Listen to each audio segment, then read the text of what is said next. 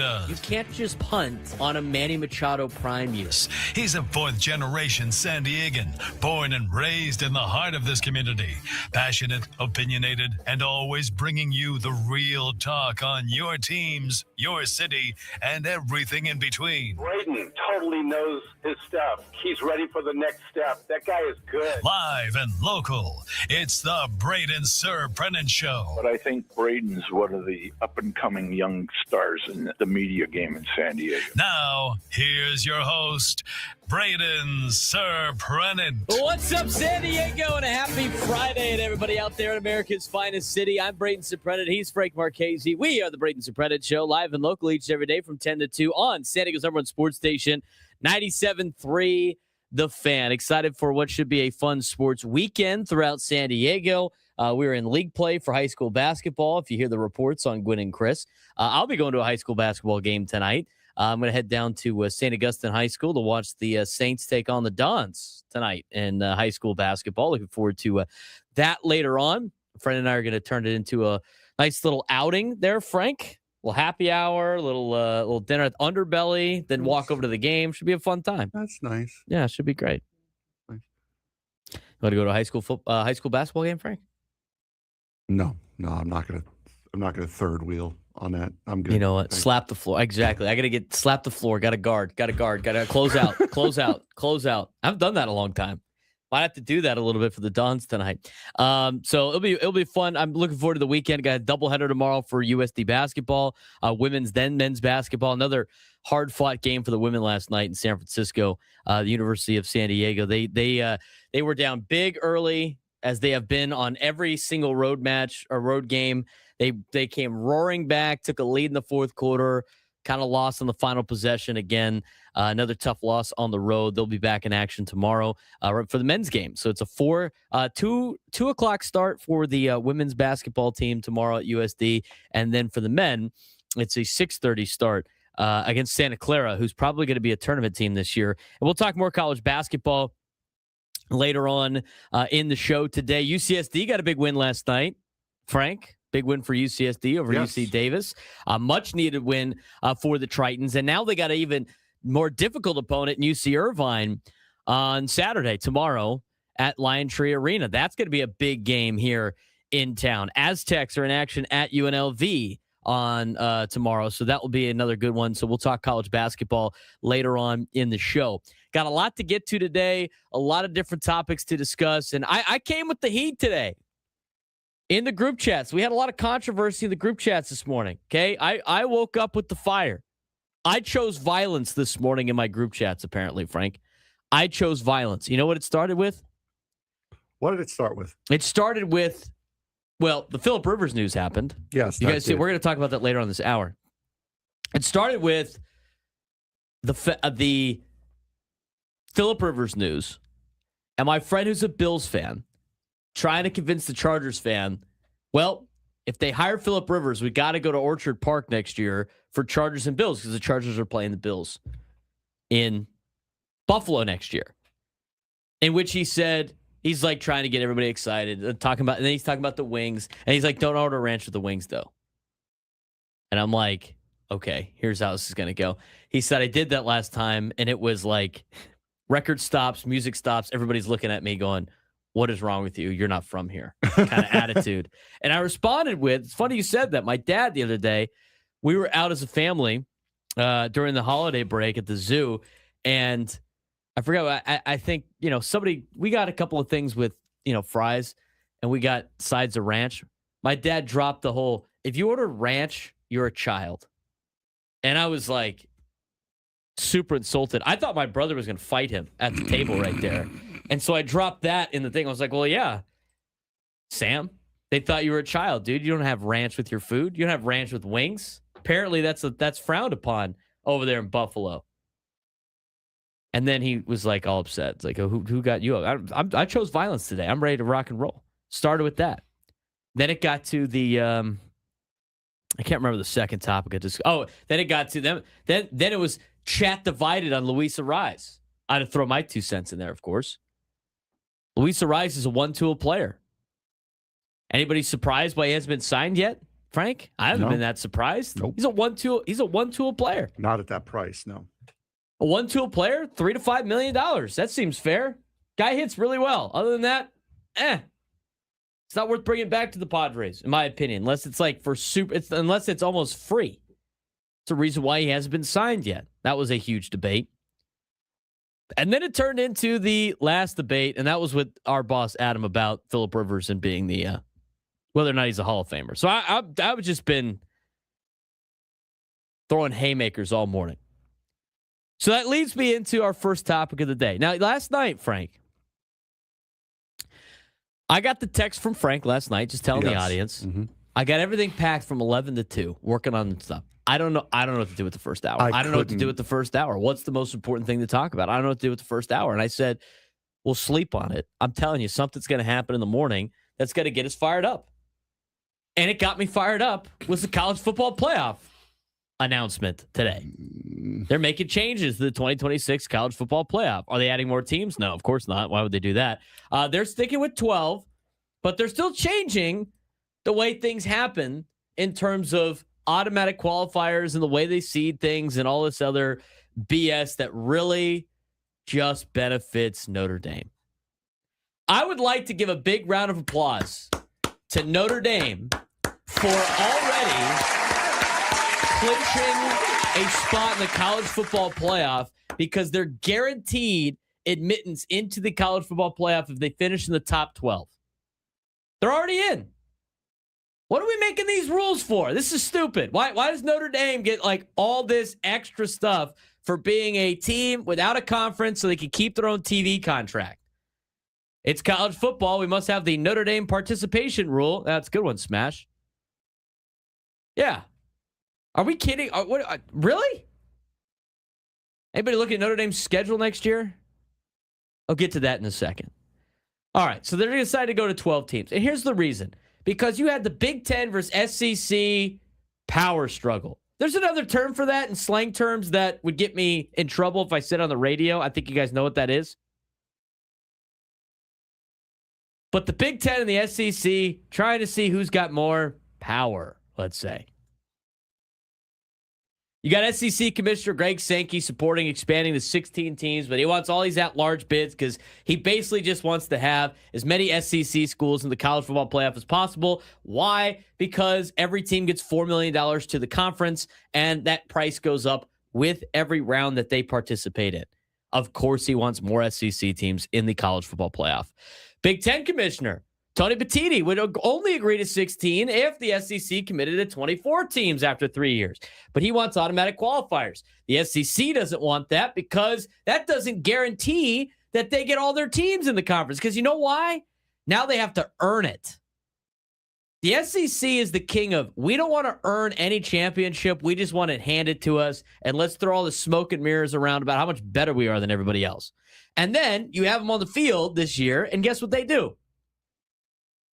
For the third year in a row, they don't make it to the college football playoff national championship because when they have to earn it, they can't get it done. The only way the SEC wins is when they cheat. And they were doing it for years, and now that it's an even playing field, they can't even get to the final. Can't even get to the final. So now they're trying to basically ballot harvest and stuff the ballot boxes as many of their teams as possible to try to get an opportunity to, collect as much money so they can puff their chest out being, we're the best conference ever. We're the best conference ever. It just means more down here in the SEC. Unbelievable. This is a big problem because the Big Ten and the SEC control the future of the college football playoff because in order to stay in the college football playoff discussion, the ACC, the Big 12, and all the group of 6 schools, they had to agree to let the SEC and Big Ten have all of the deciding power in what happens in the college football playoff. How is that not a gigantic conflict of interest for a massive sports organization? And they get to decide what's going on when it comes to the TV media rights negotiation. By the way, that's what happened. All the group of 6 conference commissioners and the ACC and the Big 12 signed away their opportunity to make decisions on the college football playoff in the last media agreement. that the Big Ten and the SEC basically stole from everybody else. In March of 2024, the College Football Playoff and ESPN agreed to a 6-year, $7.8 billion deal that runs through 2031-2032. The contract was built with the 12 or 14 team formats in mind, but momentum had been building towards 16. ESPN, as the sole media rights holder, requires the College Football Playoff to declare any format changes by December 1st each year. The SEC requested and received an extension this year until January 23rd, further showing how unresolved the issue remains. TV money and deadlines are now dictating everything in college football. Everything in college football, which is a joke in itself. So, since these 12 angry men and women, I guess, in this little competition committee were arguing and cussing and discussing and could not figure out a way to, I don't know, make a balanced playoff that gives everybody a clear path to a playoff opportunity, because it's so simple, guys. It's so simple. They couldn't do that. They decided to make a couple of tweaks to the college football playoff and the 12-team playoff format. So what they're going to do, well, the number of teams stays the same. Who gets in will change starting next season. The Power Four conference champions are guaranteed college football playoff spots. Now, that wasn't what it was before. It was the 5 highest-ranked conference champions. That's why you got James Madison and North Texas, or who is it? James Madison, who else made, and Tulane made the college football playoff. Oh, God forbid we have 2 group of 5 schools in. This isn't fair. And that's because Duke won the ACC. They put that in before to be greedy, by the way. They did that before to be greedy, and then it blew up in their face when they got 2 group of 6 teams into the playoffs, especially since the Pac-12 died in the process. But they did that to be greedy. And so now they changed that, so the Power 4 conference champions are all guaranteed. So the ACC, Big 12, Big 10, SEC teams will all make the college football playoff. And then the best of the group of 6, which includes the Pac-12, by the way. So for every time that we get told it's a power conference, well, what's the most important sport in college athletics right now, Frank, that drives all the money? Football. That'd be football. And if I'm reading this right, they said 4 power conferences, right? Is that what it said? Yeah. The Power 4. Okay. So they do realize the Pac-12's back next year, right? I know. They know that. They know that, right? They know it's the Pac-12's back, right? So I thought they were a power conference. They are. But they don't get. How come they don't get an automatic qualifier then if they're a power conference? The blatant disrespect. There it is. Of the Power Act 12. There it is. There it is. It's unbelievable. Look, I've said it before. I'll say it again. I'll say it multiple times.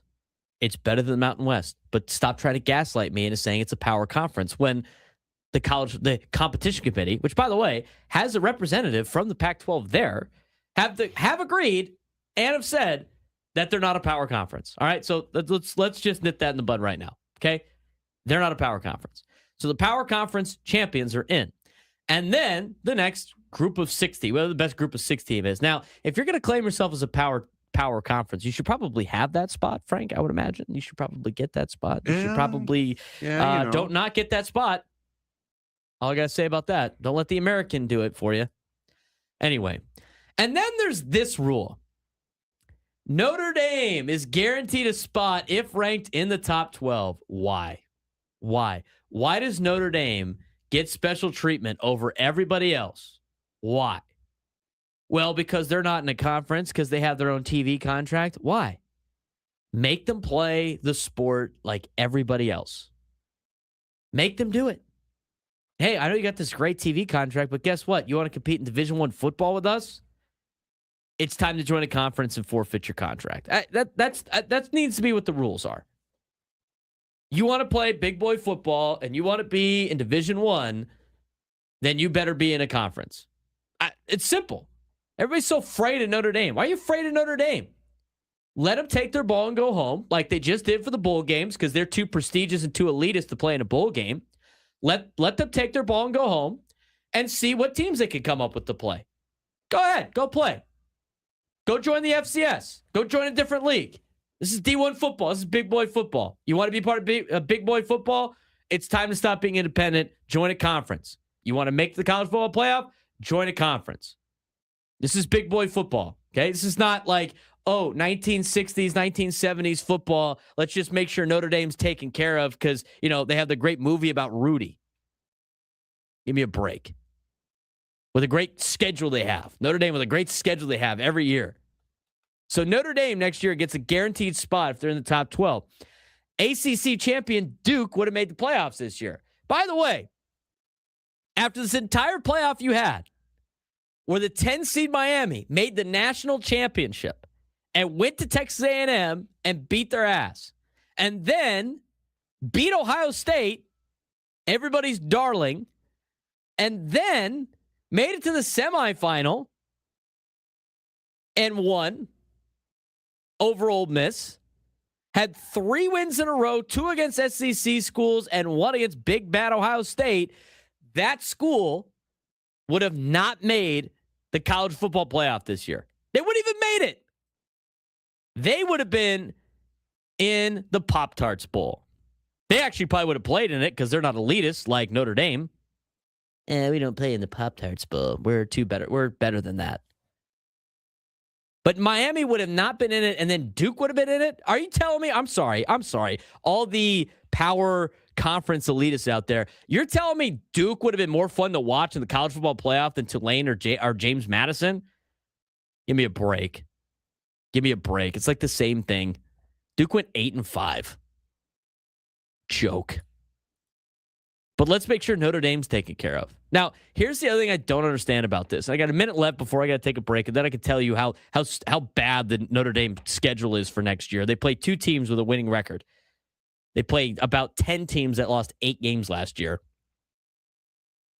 But the last thing on the Notre Dame thing, this is what's dumb about this. If they finish in the top 12, well, if the committee doesn't think they belong in the playoff, wouldn't they just rank them 13?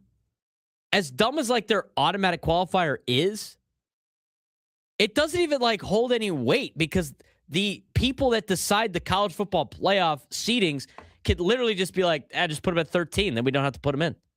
It's stupid. It's such a waste. The optics are worse than the actual results.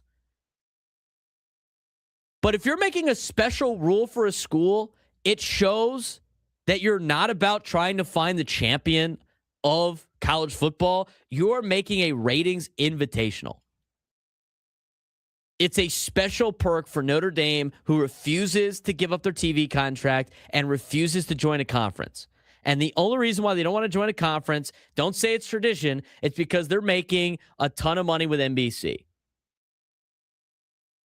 It's time to give them an ultimatum and stop letting them pick and choose what's going on in college football as they load their schedule up with a bunch of deadbeat teams. I mean, just schools that are just collecting checks from Notre Dame to play them. 833-288-0973, 833-288-0973. They have such a simple solution. I don't need to give it. I've given it multiple times. We're off and running here on a Friday. I got Notre Dame's schedule. You got to hear this stuff. Again, round of applause. Congrats to Notre Dame for making the playoff next year. They just have to show up and they'll make it. I'll explain next when we come back on the Braden Surprenant Show. San Diego Zimmerman Sports Station 97 through the Fan.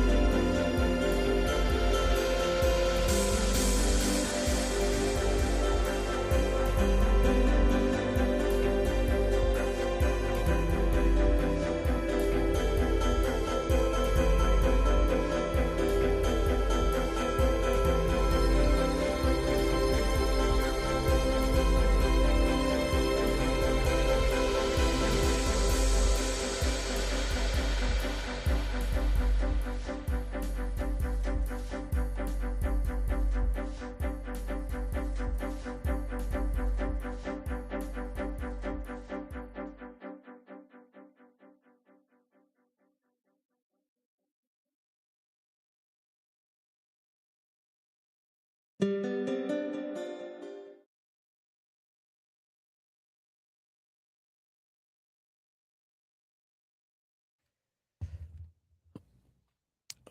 live from the Bill House Studios, we know how. We're approaching our baseball hour. Got to get to some baseball chatter here in the 11 o'clock hour. Stay tuned for that. He's Frank Marchese. I'm Braden Surprenant. We are the Braden Surprenant Show, live and local each every day from 10 to 2 on San Diego's number one sports station, 97.3 The Fan. It's Foul Out Friday. It's a Fired Up Friday.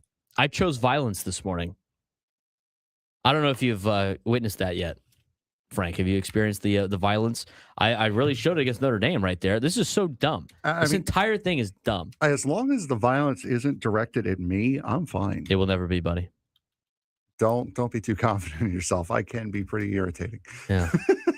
That's what traffic is for. Maybe the times I am irritated at you, I just wish you to be in traffic, and those are the days you're stuck in traffic. Hey, maybe you think about that. Thanks. Just kidding. I'm blaming you every single time I'm in traffic now. Thank you. All right.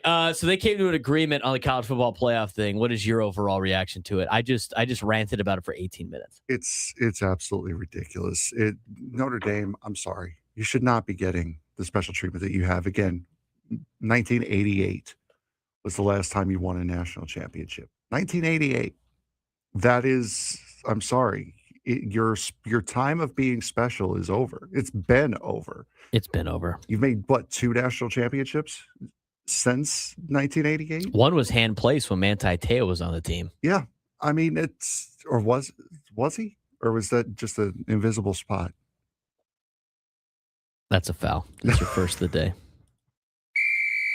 He draws the foul. Hard-earned foul. I will say that. Hard-earned foul. Foul out Friday. It's a foul out Friday. Yeah. Their first one was gifted to them, and they got their ass handed to them. I mean, Alabama beat their ass. That game wasn't even close. No. Was even close. The second one, at least last year, they earned it by going through the college football playoff. Like, I'm fine with that. But they don't need the special treatment. You either make the top 12 as an at-large or you don't. Those are the risks you take. Here's the problem. It's just society in general. You know what this is? The bigger picture society problem. We don't have any repercussions for actions. Everything's great. Everything's always great. There's no like downside to anything. We want all the pros of something and none of the cons. Don't we all? Notre Dame wants all the pros of being an independent as they make all this money on a TV contract, handpick their schedule, but they don't want the con of you might not make the at-large bid because you don't have a chance to make a conference automatic qualifier. But let's make sure. Why doesn't UConn get that? Jake Waters in the chat heard that the expansion of the college football playoff to 17-plus teams automatically reopens the TV contract, which is why ESPN via the SEC is set at 16. That's why they want 16. But they're at 12. They stayed at 12. I know, but they didn't advance. No, I understand. They stayed at 12 because the SEC didn't want to budge on the 16. No, that's why they didn't want to budge. Right, I understand. I understand what the thing is, but like they didn't even go to the limit. They created more of an issue. I mean, look, we go over Notre Dame's schedule here in a second. Well, the reason they didn't go to 16 is because the Big Ten said no.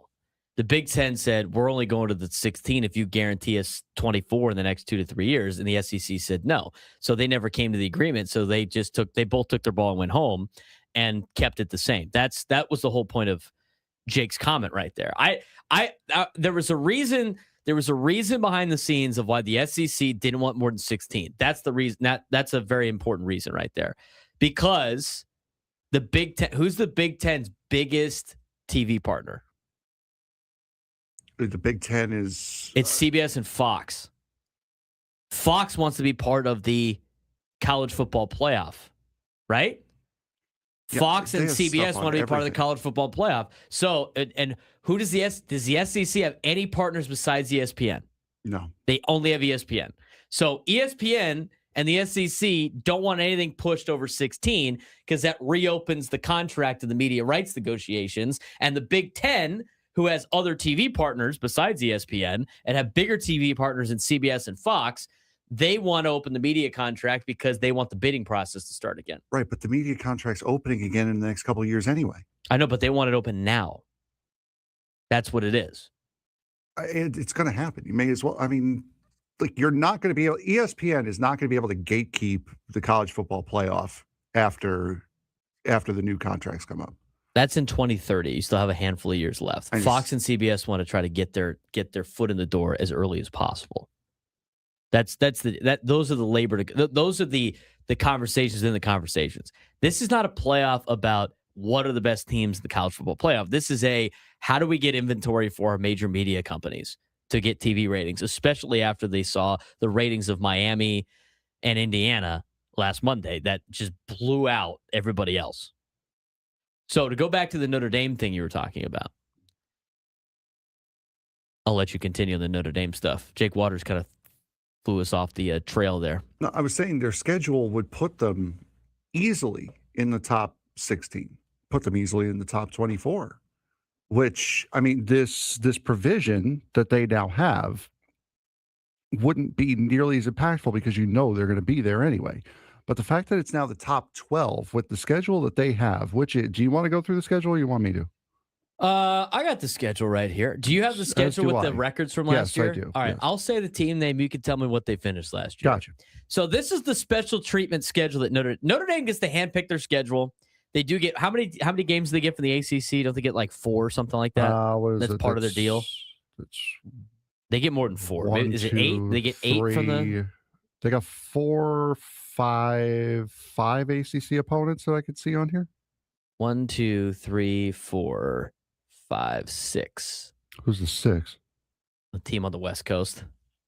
That's an ACC team. Does that count? I understand that. I'm looking at 1, 2, 3, 4. I'm looking at 5. We'll get through it. I'll show you in a second. Wisconsin's their first game. Right. At Lambeau Field. Wisconsin was 4-8 last year. 4-8 last year. And as my Notre Dame lousy. fan friends said, oh, well, we scheduled that in 2020 coming off a 10-win season. Doesn't matter. They stink. Next up. Rice. 5-8. Rice. They get to play Rice. At home. 5-8. At least they're not playing any FCS teams. I will give them that. Rice, I guess, counts as that. Then they got Michigan State. That is at home, 4-8. 4-8 last year. Michigan State went 4-8 last year. Mm-hmm. Okay. Also home games. Okay. Then they find road trip, long road trip. A true road game. True road game for Notre Dame. Road game. September 26th, they got to drive down to West Lafayette, Indiana, and play Purdue. The Purdue Boilermakers went 2-10 last year. I will tell you this. If Notre Dame scheduled this for basketball, it'd be a great schedule. Minus Rice. Maybe they screwed that up because your next opponent also great at college basketball. That's the Verizon thing kicking in. This is their basketball schedule. Oh, they were going for their basketball schedule. Our bad. October 3rd, they get to go another road game. This is probably one of them that they have been issued by the ACC. They get to go play the Tar Heels in hoops. Oh, wait, on. Football? You're playing them in football? 4-8. 4-8.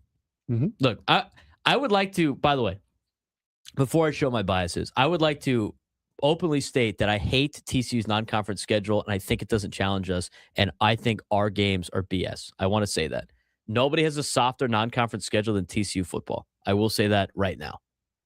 Because we have North Carolina in Dublin, Ireland, and then we have Grambling State and Arkansas State. What a waste of time. I'll digress on that. Okay, North Carolina, 4-8 last year. Then another home game. This is not, I don't think this counts towards the ACC game. No, because it's not, because they're in the American Don't Call Me Athletic Conference. Stanford? Stanford's in the ACC. No, the game on Halloween. I'm not there yet. We're on Stanford. You went North Carolina and Stanford. Oh, I've got I don't have them in order. I have them in order. There's 4. The TBAs are 4 here. Oh, October 10th, they play Stanford. 4-8. 4-8. October 17th, finally, their first actual game that's good. They play at BYU on October 17th, who's ranked 11 in the country. 12-2. Yeah, fair. That's it. That's fair. It's good schedule. Finally scheduled a good game. Rematch of the Pop-Tart. Oh, wait. Yeah, you said not to do that. My bad. Here's the other thing, too, by the way. If you were playing in a conference, you would have already played a game like this already. But you're not playing a conference. You have to handpick your schedule. BYU, October 17th. Nice. Good. Then they got a bye, October 24th. Then they play Navy in Foxborough. Hey, Navy's got a good record, right? Like Navy's same kind of level as Notre Dame. Yeah, again, the American Don't Call Me Athletic Conference, 11-2. Hey, that counts as one of them. All right. Then they got Miami. All right, now we're getting somewhere. We got Miami on the schedule. Where's that game being played, though? Notre Dame. Notre Dame. All right, it's home game. Which, I mean, fair. If it's a home and home, they went to Miami last year, so that's if they're swapping back and forth on a home and home, that's what would happen. ACC game. 13-3. Okay, good. That's 3 in a row that are solid. All right. Yeah. Then they play Boston College. 2-10. 2-10. Boston College. It's another cupcake for you. Then you got your other ACC game, Saturday, November 21st. SMU. That's not bad. Where are they playing that game? In Texas? I thought SMU was Big 12. Oh, no, they're in the ACC. Oh, okay. So that's where I missed then. 9-4. It's not bad. At home. It's at home.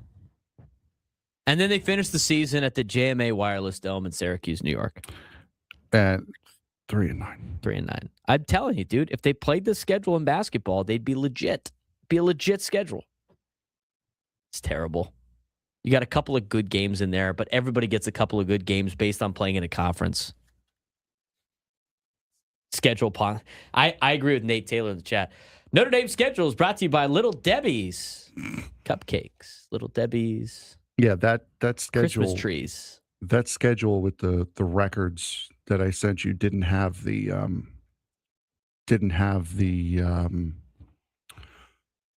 dates for the Syracuse, SMU, Stanford, and BYU games on it yet. That's why I was confused. Yeah, they were still two. Because they were still the ACC TBDs. schedule came out today or something like that. Yeah, they were still that's what it TBDs. was. So yeah, 4-8, 5-8, 4-8, 2-10, 4-8, 2-10, 3-9, 4-8, 11-2, 13-3, 12-2. That's Notre Dame's opponents from last year. That's assuming those guys like Smash the numbers. You think there's 2 losses on that schedule? They lose to BYU and they lose to Miami. Yeah, Miami and BYU are the only 2 that they could possibly. That's lose. what they're losing. And guess what? There is a great possibility, because we got to take a break. We've gone too long on this. There is a great possibility that losing to BYU, they could lose to BYU and Miami, finish 12 behind BYU and Miami, and then take one of the spots from them. There's a possibility for that. Stupid. Now, here's a question for you. The Buffalo Bills. Speaking of unintelligent decisions. The Buffalo do not put ranch on me Bills. The Buffalo Bills.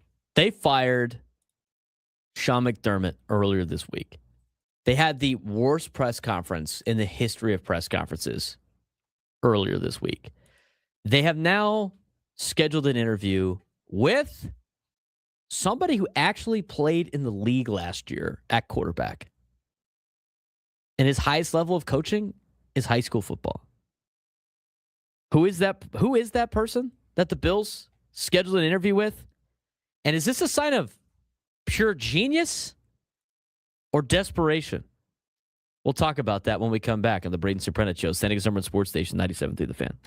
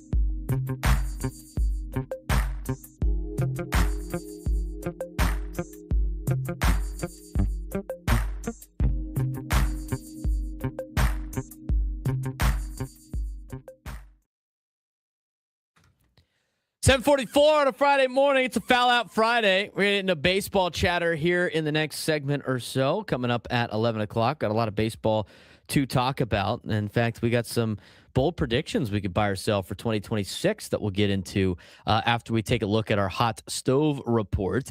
Had a couple of moves yesterday in Major League Baseball, and we'll keep you updated with anything else that happens during our show, as that was the case yesterday. Kenzie Gore got traded yesterday from the Nationals to the Texas Rangers. Somebody said we misinterpreted that chart yesterday, Frank. I don't know how we possibly did that, but it is what it is. I don't know unless they saw it backwards. I don't know. Well, the prospect huggers are out. It's prospect hugging season. There's 2 seasons of prospect hugging. It's right now before spring training, and then it's July. I thought it was duck season. I don't know about the hunting seasons. Oh. Is it duck season? I don't know. Might You a be- hunter? It might be wabbit season. Wabbit? I'm hunting wabbits. I digress. All right. It's hunting coaches for a lot of teams, trying to get some coaching hires in the NFL. See how I did that?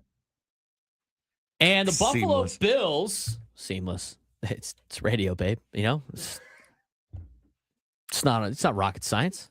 It's a lot more seamless when you don't like point it out what you did. You just kind of go along with it, Stop giving away the secrets, man. Anyway, the Buffalo Bills. Has anybody been more of a dumpster fire this week than the Buffalo Bills? Are the Bills the win socks of the week? Bills might be the win socks of the week. I thought it was going to be like Colin Cowherd based on like his reaction to Indiana should never be in the college football playoff ever again going into the this season. But you know what? I'm going to tell you right now.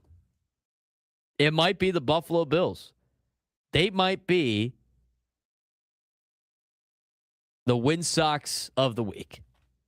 Because the Buffalo Bills decided to fire Sean McDermott, which in its own sense, kind of ridiculous. But you know what? If I heard a good justification for the firing of Sean McDermott, I'd be like, okay, let me have it. And you know what happened? Frank, they gave me the worst answer possible for firing Sean McDermott. It wasn't like, hey, we couldn't get over the hump. It was, well, he lost to the Broncos, and the only reason why we were there is we were able to win despite our lack of depth that we have on this team. And therefore, we are promoting our general manager, who had to pick Keon Coleman a couple years ago as our first pick in a second round pick because Sean McDermott wanted him to. And then there's video evidence saying that showing otherwise. But they doubled down, and it just made it worse. And now, and here's the thing. I love Phillip Rivers. I'm a huge Phillip Rivers stan. I love the fact that he came back and played football this year. It was great to see. Gave me the chills watching him tear apart the Seahawks defense for a little bit. But I'm going to tell you right now, I have no idea what the Bills are thinking right now. Aside from at least you cast a large net, the Buffalo Bills head coaching search escalated in a big way with one eye-catching, unconventional name today, and that is Phillip Rivers. According to ESPN, the former Chargers and Colts quarterback is scheduled to interview for the job despite never coaching at the college or professional level. Rivers is currently a high school head coach at St. Michael Catholic in Alabama, making this one of the boldest head coach interviews in modern NFL history. Yeah, I would say so. Why is this so unusual? Well, Phillip Rivers retired in 2020 after 18 NFL seasons. He briefly returned to the Colts last year after Daniel Jones tore his Achilles. He started 3 games with 0-3. Colts were eliminated from the playoffs. A lot of that had to do with their defense. Since 1950, only one player has gone straight from playing to head coaching the next season. That was Norm Van Brocklin. I don't get it. I really don't. I mean, I love Phillip. I think it's great, but what in the JJ Redick is going on right now? Which, by the way, how is that even working out? And I don't know. I don't pay that close attention to the NBA. Not your week to watch the Lakers? It's not my week to watch. It's not my last 2 years to watch the Lakers. I mean, how has it been going? Does he even do anything? Is it LeBron's team? Is it his team? Like, what's the conversation? I just don't know. So, but let's go look at the standings, I guess. Lakers are the 6th seed right now. That's cool. They're just out of the play-in tournament. So is that cool or what? Yeah, I'd say. I guess. I don't know. That's cool. I don't understand why they would do this. Because here's the thing. The Buffalo Bills are not an organization where things stand with having a guy like Josh Allen and being close to making a Super Bowl. That is not an organization that could take a risk on a guy like Phillip Rivers with no coaching experience at the high level. I believe it was in the sports thread yesterday, was it not? When we talked about Mike McDaniel going to be the offensive coordinator for the Chargers? That could have been a couple days ago. Did yesterday we just decided to just destroy one topic of the Oh no, that was a couple days ago. That was the Bills. Oh yeah. But back to the Bills. But now the Bills are interviewing Mike McDaniel as the head coach. So the Chargers may not have found their offensive coordinator as it stands. I'm rooting for that right now. You know what? Maybe they hire Phillip Rivers to be their offensive coordinator. No, Nate, that was not a squirrel moment. I brought it back to the conversation we were having. Obviously, got to find somebody that works with Josh Allen. I think from a Rivers standpoint, I mean, that's kind of interesting. Why don't you just make him the quarterback's coach then? Quarterback Josh Allen, obviously actively involved in the interview process. He has publicly praised Rivers' football IQ and leadership when Rivers returned to the Colts. The Bills are clearly prioritizing Allen's comfort and voice. Rivers' appeal likely centers on quarterback mentorship, leadership, and offensive understanding. I don't know how you can make him the head coach, though. Like, the Bills are not in a position to take a chance on something. They have to nail this hire. This has to be the best hire ever because you decided to fire a coach that got you to the playoffs every single year and won you divisions and he just couldn't get over the hump. You have to get someone better than Sean McDermott, not get somebody that has never done it before.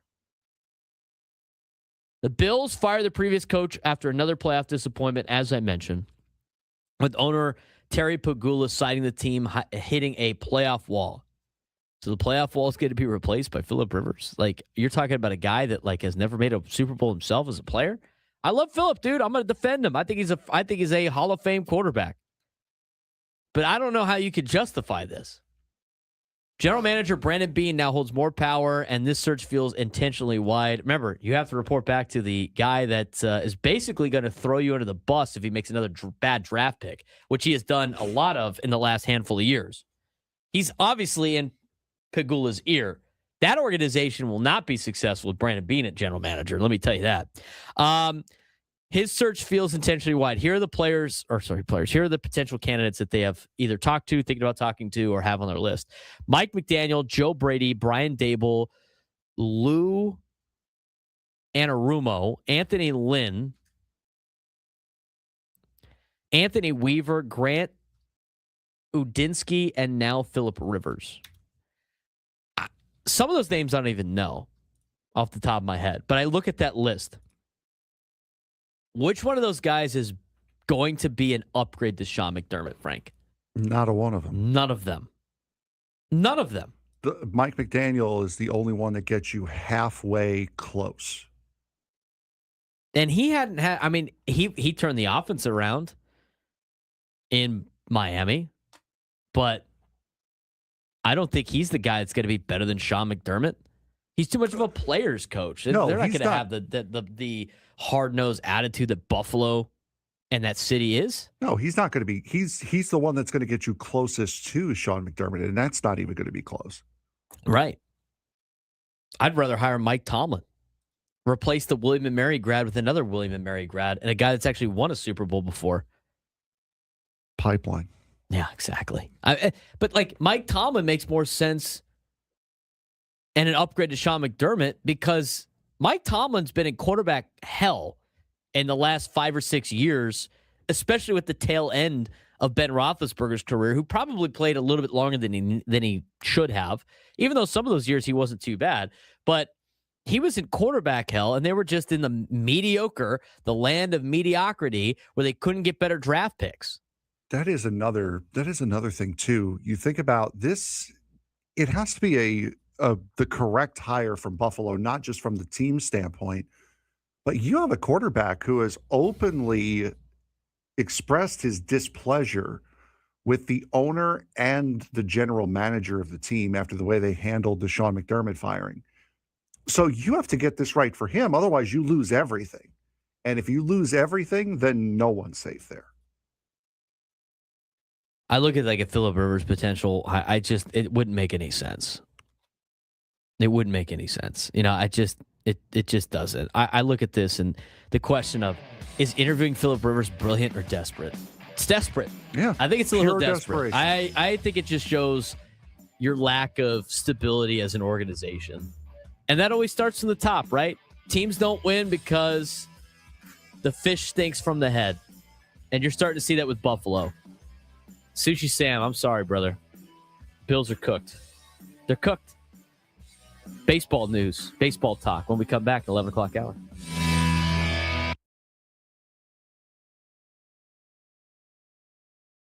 I'm going yard. Juan's pitching, I'm going yard. But this is the only one that swings it is Ethan.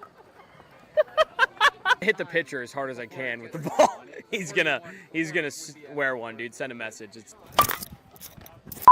Base hit. Keep it classy. Base hit. 5-5 hole. I told him he was gonna.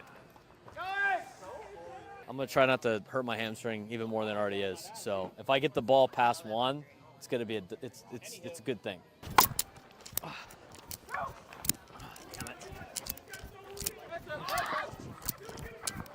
Step back, swinging first pitch. No matter the pitch, swinging.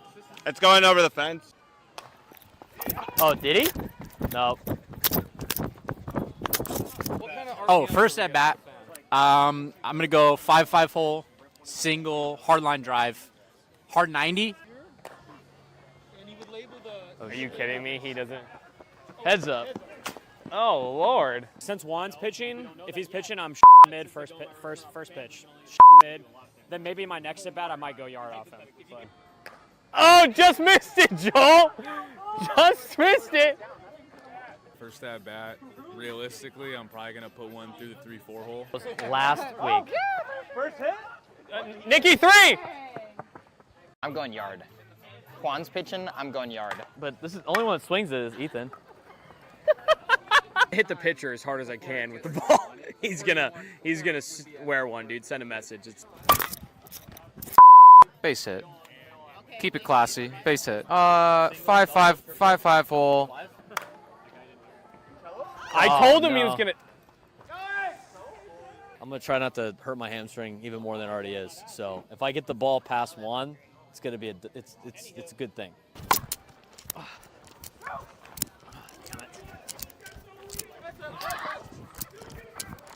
Step back, swinging first pitch. No matter the pitch, swinging. It's going over the fence. Oh, did he? No. Oh, first at bat. I'm gonna go 5-5 hole, single, hard line drive, hard 90. Are you kidding me? He doesn't. Heads up. Oh Lord. Since Juan's pitching, if he's pitching, I'm mid first pitch. Mid. Then maybe my next at bat, I might go yard off him. But. Oh, just missed it, Joel. Just missed it. First at bat, realistically, I'm probably going to put one through the 3-4 hole. Last week. First hit. Nikki 3. I'm going yard. Juan's pitching, I'm going yard. But this is the only one that swings it is Ethan. Hit the pitcher as hard as I can with the ball. He's gonna wear one, dude. Send a message. It's Base hit. Keep it classy. Base hit. 5-5 hole. I told him he was gonna. I'm gonna try not to hurt my hamstring even more than it already is. So if I get the ball past one, it's gonna be it's a good thing.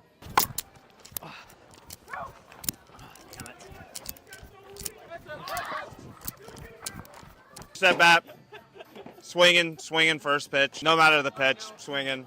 It's going over the fence. Oh, did he? No. Oh, first at bat. I'm gonna go 5-5 hole, single, hard line drive, hard 90. Are you kidding me? He doesn't. Heads up.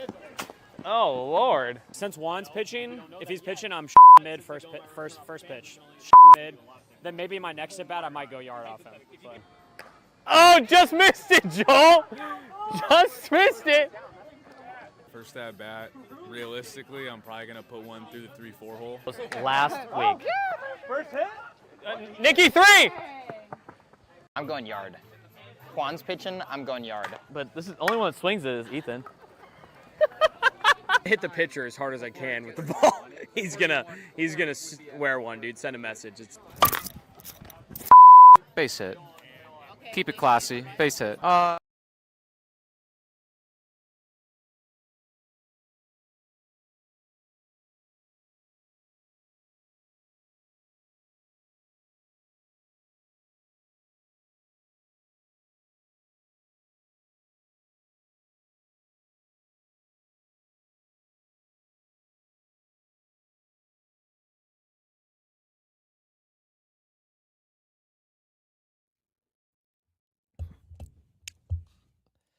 $11 a.m. On a Friday, it's a foul out Friday. I've already handed out a couple of fouls. We'll hand out more as the day progresses. A little bit chillier of a day. We've actually had some January weather the last couple of days. Been nice, hasn't it? It's nice if I don't have to do anything. Like last night I didn't have to do anything. Last night was like one of the first times I didn't have to do any type of basketball, like West Coast Conference basketball. They usually play on Thursdays, but the women were out of town and the men played on Wednesdays. So I had a Thursday off, which was kind of cool. Made a pot of tea, made some healthy tacos. I've been making homemade tortillas that like don't have a bunch of crap in them. Nice. And the first batch I made were like kind of authentic flour tortillas. Mm-hmm. And so the calorie and fat content was a little high. So I have made a healthier version. Now, the healthier version is not to say they're not better than regular tortillas. Sell it to Craft Taco? No, I'm not. No, because when you go to eat out, you want to eat good food that tastes good. I'm waiting for the tacos. Where the damn tacos at?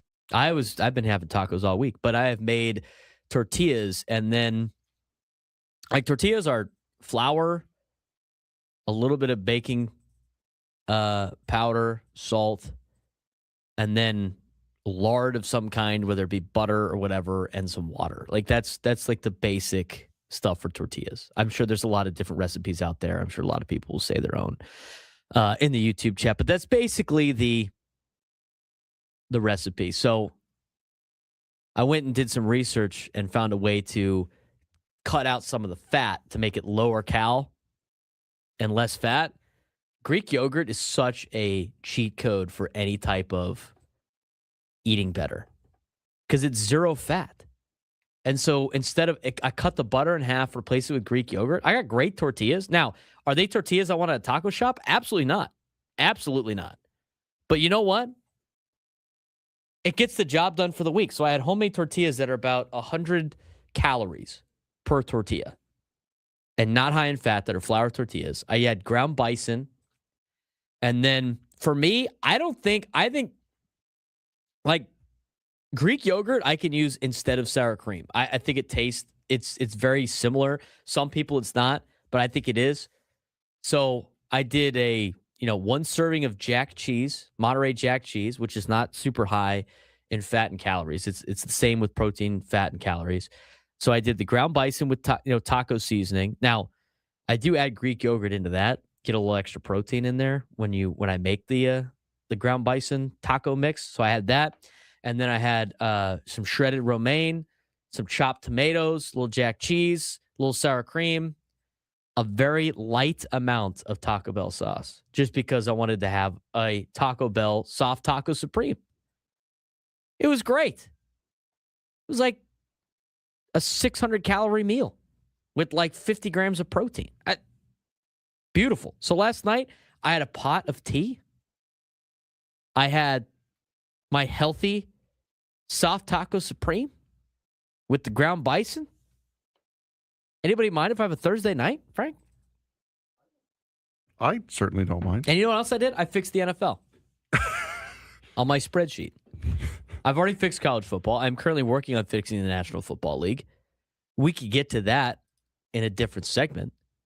But I started working with my idea of 40 teams in the NFL and the way you fix the schedule and all that stuff. And I'm telling you right now, I like it.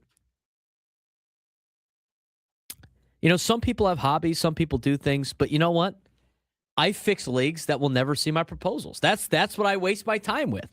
Why watch a show when I could pretend to fix the National Football League? I'm just saying.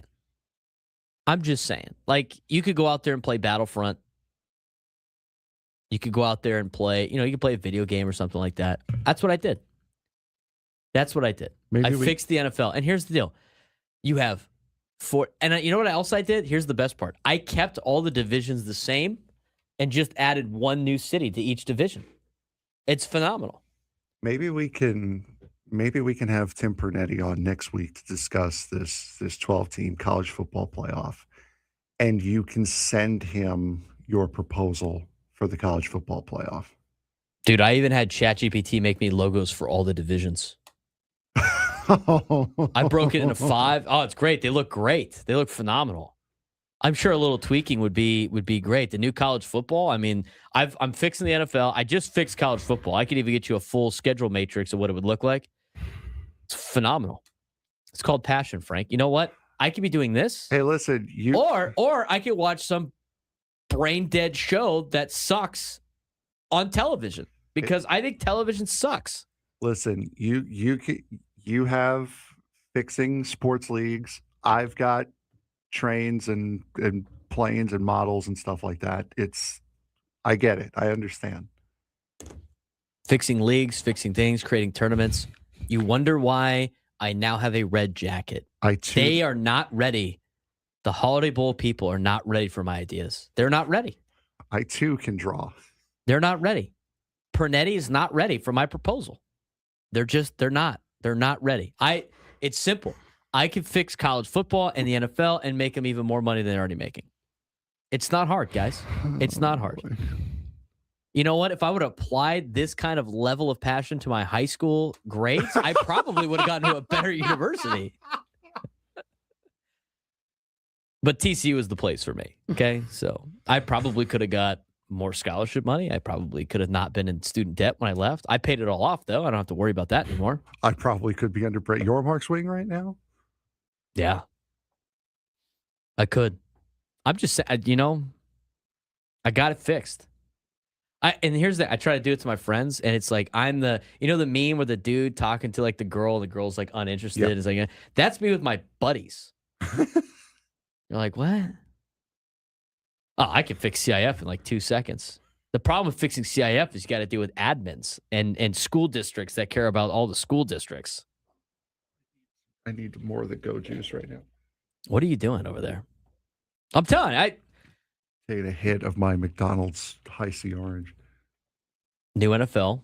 Ready for this? You have the AFC and the NFC. AFC West. The only thing I did here that it's not, again, none of it's realistic because greed and money gets involved, and people don't want to take risks of what guaranteed money they already have, and they don't like sharing. But you would have. I added Salt Lake City. I added San Antonio. I added Toronto, Montreal, Orlando. St. Louis gets a team back. I added Memphis and Portland, and then I moved the Chargers out of LA to San Diego. I was trying to find cities that needed NFL teams. The problem was most cities that have NFL teams are small market cities anyway. So the AFC West, Denver, Kansas City, Las Vegas, Salt Lake City, San Diego. It's wonderful. This is going in our best of banter omnibus at the end of the year. It's evergreen. You can play this whenever you want. So you have your divisions. You have your 4 divisions of 5. South, Houston, Indianapolis, Jacksonville, Tennessee, San Antonio. North, same as the AFC North, add Toronto. East, same as the AFC East, add Montreal. In the NFC, you add Portland to the NFC West. You add Memphis to the NFC South. You add St. Louis to the NFC North. And you add Orlando to the NFC East. And this is what you do. Again, I already said, less games. 16 games for everybody.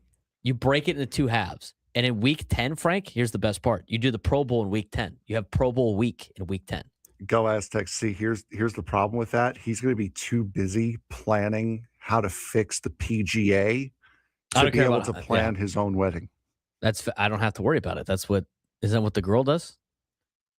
Do you like these flowers? Sounds good. But what do you think about San Diego being the West or the South? Where do you... I'm asking more important questions. Do you like the centerpieces? Sure. What do you think about bringing back the Southwest Conference, though? Yeah, I don't know. Do you like San Diego and UC San Diego being in the same conference? I don't know. Yeah, I kind of want to fix that, Anyway, 16 teams or 16 games. First 9 weeks, you play 8 games. You play 2 division home games, 2 division road games. You play on the NFC, one in the NFC division like you already do. Play 3 of those games early, and then play one team that you finish in the same spot as you in the AFC in the first half. You have the Pro Bowl week 10. Second half, the second 9 weeks, same kind of deal. More heavily on playing your division and the other teams your division. You start week 1 during whatever it's called, the Labor Day weekend, week 19, January 10th for 2027, just purposes. You have the Super Bowl the day before President's Day. You have the Pro Bowl in the middle on week 10, so everybody has a week off. You get a bye in the first 8 weeks. You get a bye in the second 8 weeks. You get the Pro Bowl week off. Players are healthier and don't have to play as many games at 16 games. Oh, and by the way, it's a grand total of 320 regular season games, 18 playoff games, and a Super Bowl, which is more than the amount that you have right now. And you could still load all the slates up. Everybody, you can play an international game once a week. You got your Monday game, you got your Thursday game, you got the international game at 6:30 in the morning. You have 8 games in the morning slate, 8 games in the afternoon slate, 1 Sunday night game, and guess what? You have a full NFL slate of games. You have to cut it down a little bit when it comes to the bye weeks in the middle, but other than that, I have fixed the NFL. It's not difficult. Greed is ruining these companies from being even better. That's right. That's exactly what I'm doing. Go Aztecs. Braden outside the NFL office. I can fix your league holding up a binder. And then when that doesn't work, I'll do the same thing to the College Football Playoff Committee. I can fix your tournament. And I'll do the same thing for the CIF office in town. Major League Baseball has their own problems. I've tried to fix that. There you go. That's exactly right. That's me and my friends right there. Any qualms with what I just said? I think that was a great proposal right there. No comments, nothing. You got nothing for me. No, that was great. I mean, how do you argue with a guy who's got it all figured out? That's right, got it all figured out. How do you argue? That's only in fixing leagues that won't listen to my proposals. I don't have anything figured out in my actual life. But like I said, we could talk to Tim Pernetti. We could probably get him on. We could try to get him on next week. That needs to be a more sit down podcast. We got to find a time that we can record a podcast date with him. Pitch him the ideas. You know what? He could keep the ideas. Just give me a little 5% on the side. I'm just saying. 833-288-0973. 833-288-0973. All right, we got until 11:18. Let's get to the latest rumors of Major League Baseball. And when we come back, we have some buy or sells to do, Frank, that we're going to put together out of this article from ESPN on the 2026 season. There's one for the Padres on there as well. We're going to talk about that in the next segment. But what's going on in Major League Baseball? We'll go through these kind of quickly here. The Washington Nationals traded Mackenzie Gore yesterday to the Texas Rangers for 5 prospects, and reports are swirling that they might not be done. Rumors speculate that the Nationals could be willing to part ways with center fielder Jacob Young, with reports suggesting that Young is a popular trade target among teams seeking an upgrade in center field. Young is a superb defender who hit .231 with 2 homers and 31 RBIs and 15 stolen bases in 120 games last year. He is part of a young outfield core, including Dylan Cruz and James Wood.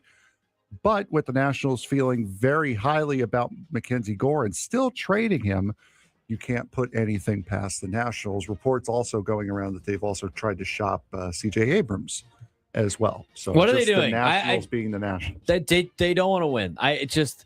That is the purgatory you never want to be in. That is the purgatory that the Padres used to be in before this ownership group took over of we're just punting for the future.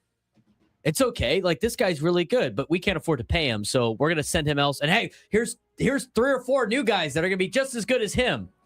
Stop it. Stop it. That's a good way to get people to not go to your games. Everybody remember what Petco Park looked like before this new ownership came in 2014? Does anybody remember those? Nobody was at games, and the team was awful. That is not a winning path. Eventually, you got to keep some of these guys. And if the league is in a position where the teams like the Nationals trade for prospects and then can't keep them when they peak, your system is broken.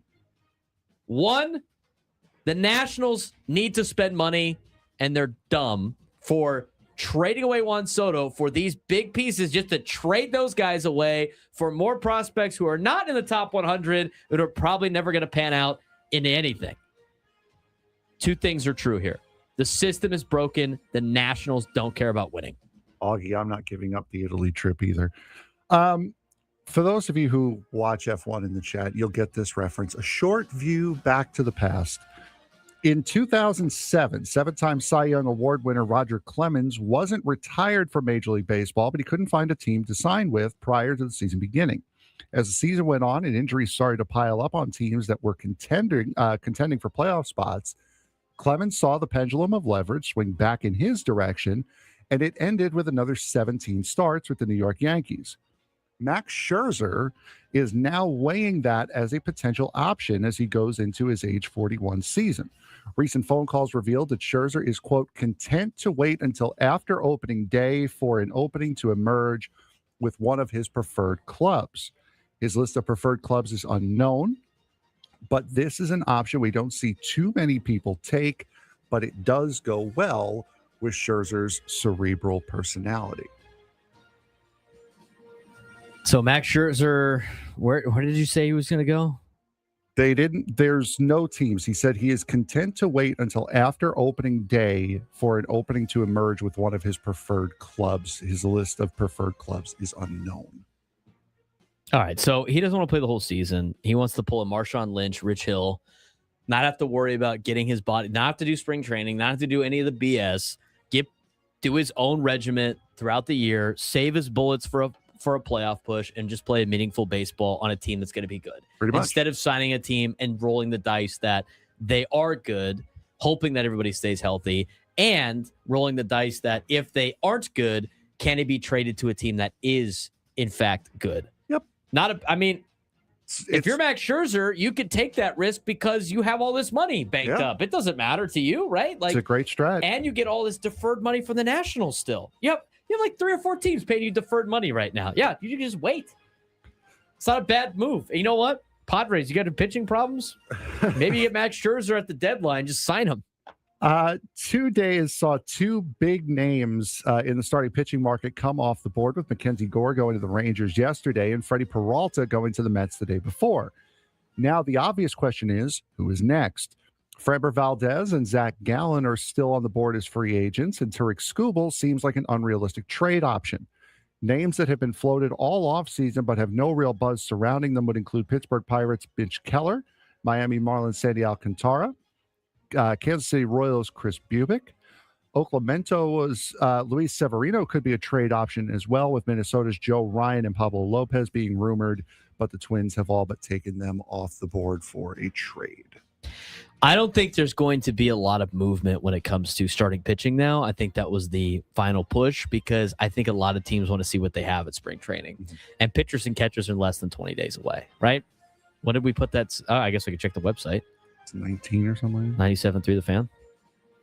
You can check the website out. Go check out 97throughthefanst.com. Okay. Yeah.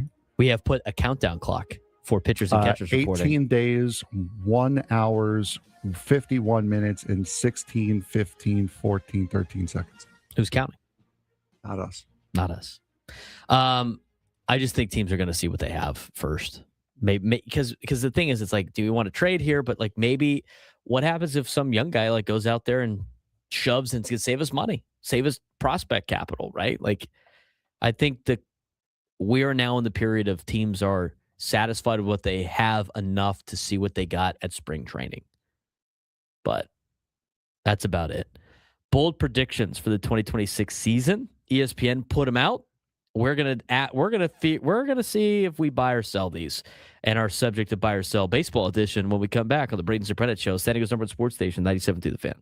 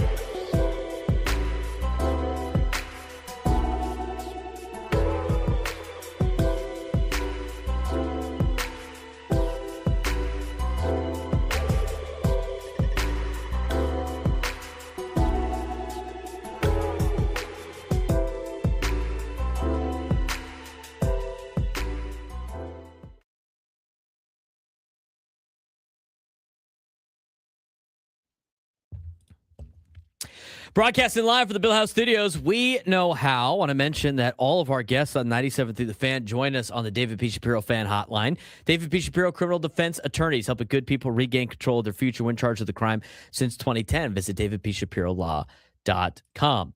We are going to get to some bold predictions that were laid out by Major League Baseball's writers on ESPN. It was a collaborative effort. They put out some bold predictions. We are going to buy or sell said bold predictions. Jeff Passan contributed this article, as well as Paul Hembekids, as well as Buster Olney. If you want it,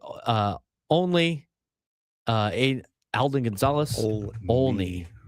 Yes, it is Buster Olney. I said it right the first time. Yes, you did. Jorge Castillo and a lot of other ESPN baseball writers. I think all of them throughout a big category that is a buy or a sell.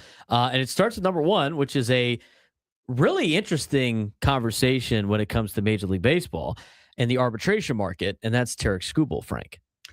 Yes. Do you want to do the music for this? Or? Yeah, why not? All right. We like music. It's a Foul Out Friday. Exactly. May as well run something into the ground. All right, so let's start with the Tarek Skubal situation in Detroit. The bold prediction here is that Tarek Skubal wins his arbitration case and gets the massive raise he's asking for, despite how unpredictable arbitration hearings usually are. To me, I think this one's very interesting because Skubal has a case to get the massive raise that he has asked for. But at the same time, when you historically look at how arbitration cases go, most players, first of all, don't get a massive boost in arbitration. It's like a couple of million here and there. I think 10 million would be a max. And what did the Tigers do? They offered him $10 million more than he was making last year. Like, yes, Tarek Skubal should be making $30 to $35 to $40 million a year based on the market right now for what he's accomplished. He is probably the best starting pitcher in Major League Baseball. And if you want to have a debate about that, sure. I mean, Paul Skeens is in there also. But with all of that being said, go look at how arbitration works. The players hardly ever win. I'm selling this. And I'm doing it based on looking back at the history of arbitration hearings. It never really works out for the player. And at the same point, like, the Tigers have offered him a $10 million raise from what he made last year in arbitration. It's not going to jump $22 million to what Tarek Skubal thinks he's worth. And he's not wrong. He's probably worth more than that. But that's why you have such a large disparity between the Tigers number and Tarek Skubal's number. I'm selling this, Frank. And from what I know of arbitration, it's one or the other. You're either going to go with the player. There's no settlement in the middle. Yeah, The arbiter goes, they tell the arbiter, here's the case for the Tigers. Here's the case for Tarek Skubal. Here are the numbers. Here's what he made last year. You pick. It's at the Tigers number, or is it Skubal's number? Yeah, there's no compromise in the middle. So, I mean, I don't see them. I don't see arbitration doing something as great as Tarek Skubal is. I don't see them. He's not like he's not a Shohei Ohtani type player in the fact that they are going to completely break off a new mold and start a new way of doing things just for him. I can't find like. I don't see him being a new standard bearer. I don't see him creating a new precedent. The highest hearing award was Vlad Guerrero Jr. He holds the record for the highest salary awarded in an MLB arbitration hearing. He won $19.9 million for the 2024 season. That's not a $19.9 million raise. That's just $19 million over the contract. And for the year. While many top figures settled, his 2024 case set the record for a one hearing, marking a $5.4 million increase over his previous salary. Yeah, so the Tigers are already offering to double what the previous record was. So I don't see Skubal getting $32 million. The next one. Here is one that would have sounded impossible a few years ago. The prediction says the Orioles are not done spending, and that by the time this off season ends, we will have a free agency winner and their biggest winner will be considered to be Hey, Birdland. the Baltimore Orioles. More than the Blue Jays? Yeah. I'm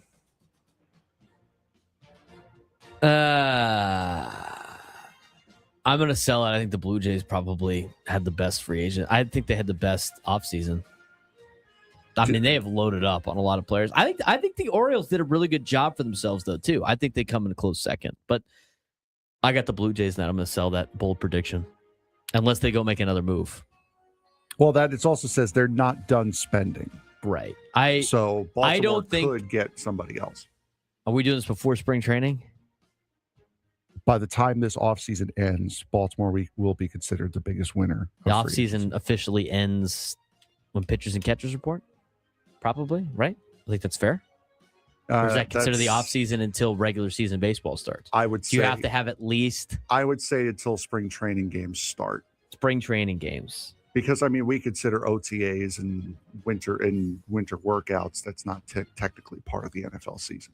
It's still the NFL offseason. Augie killing me. Hey, Canadian Birdland. Birdland, eh? Birdland, eh?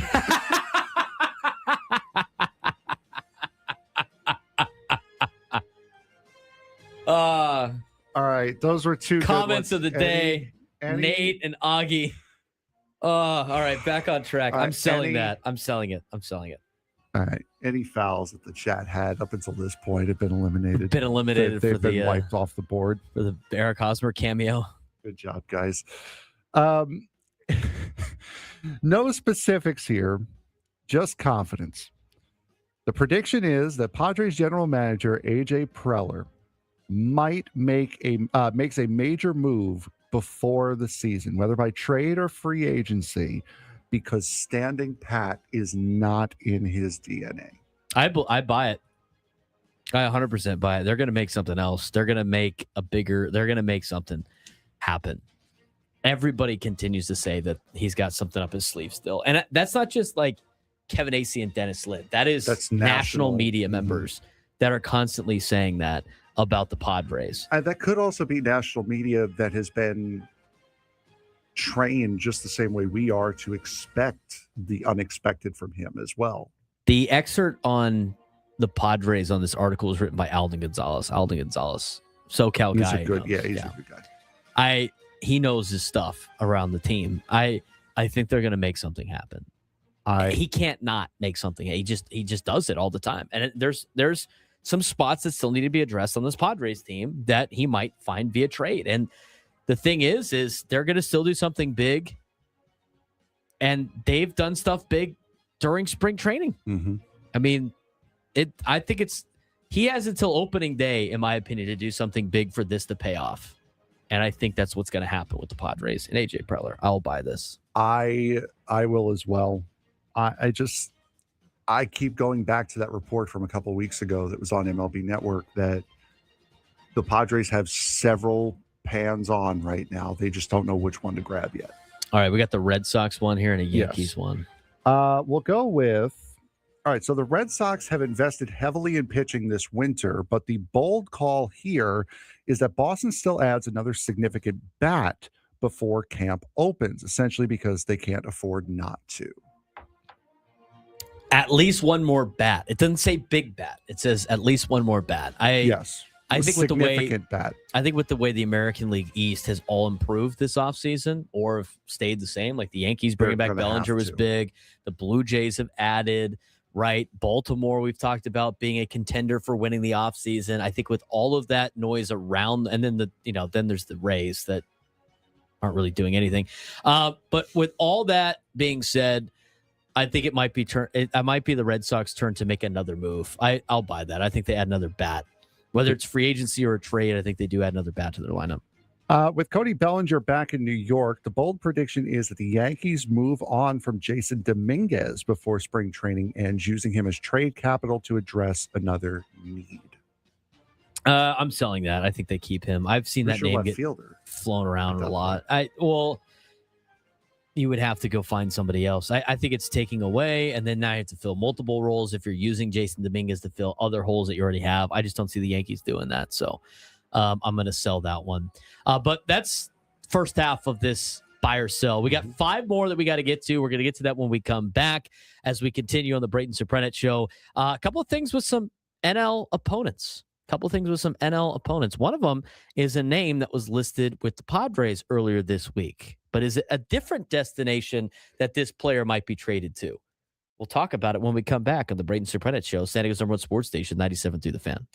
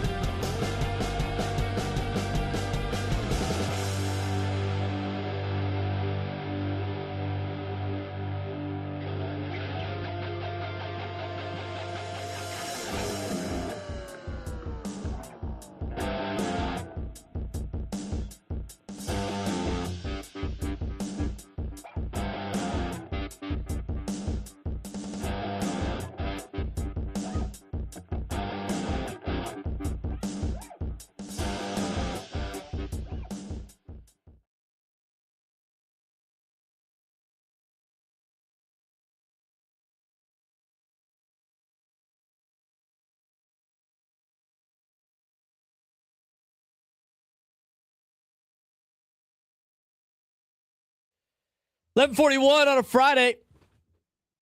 Foul out Friday. Although the chat's had some good comments today. Augie and Nate on it.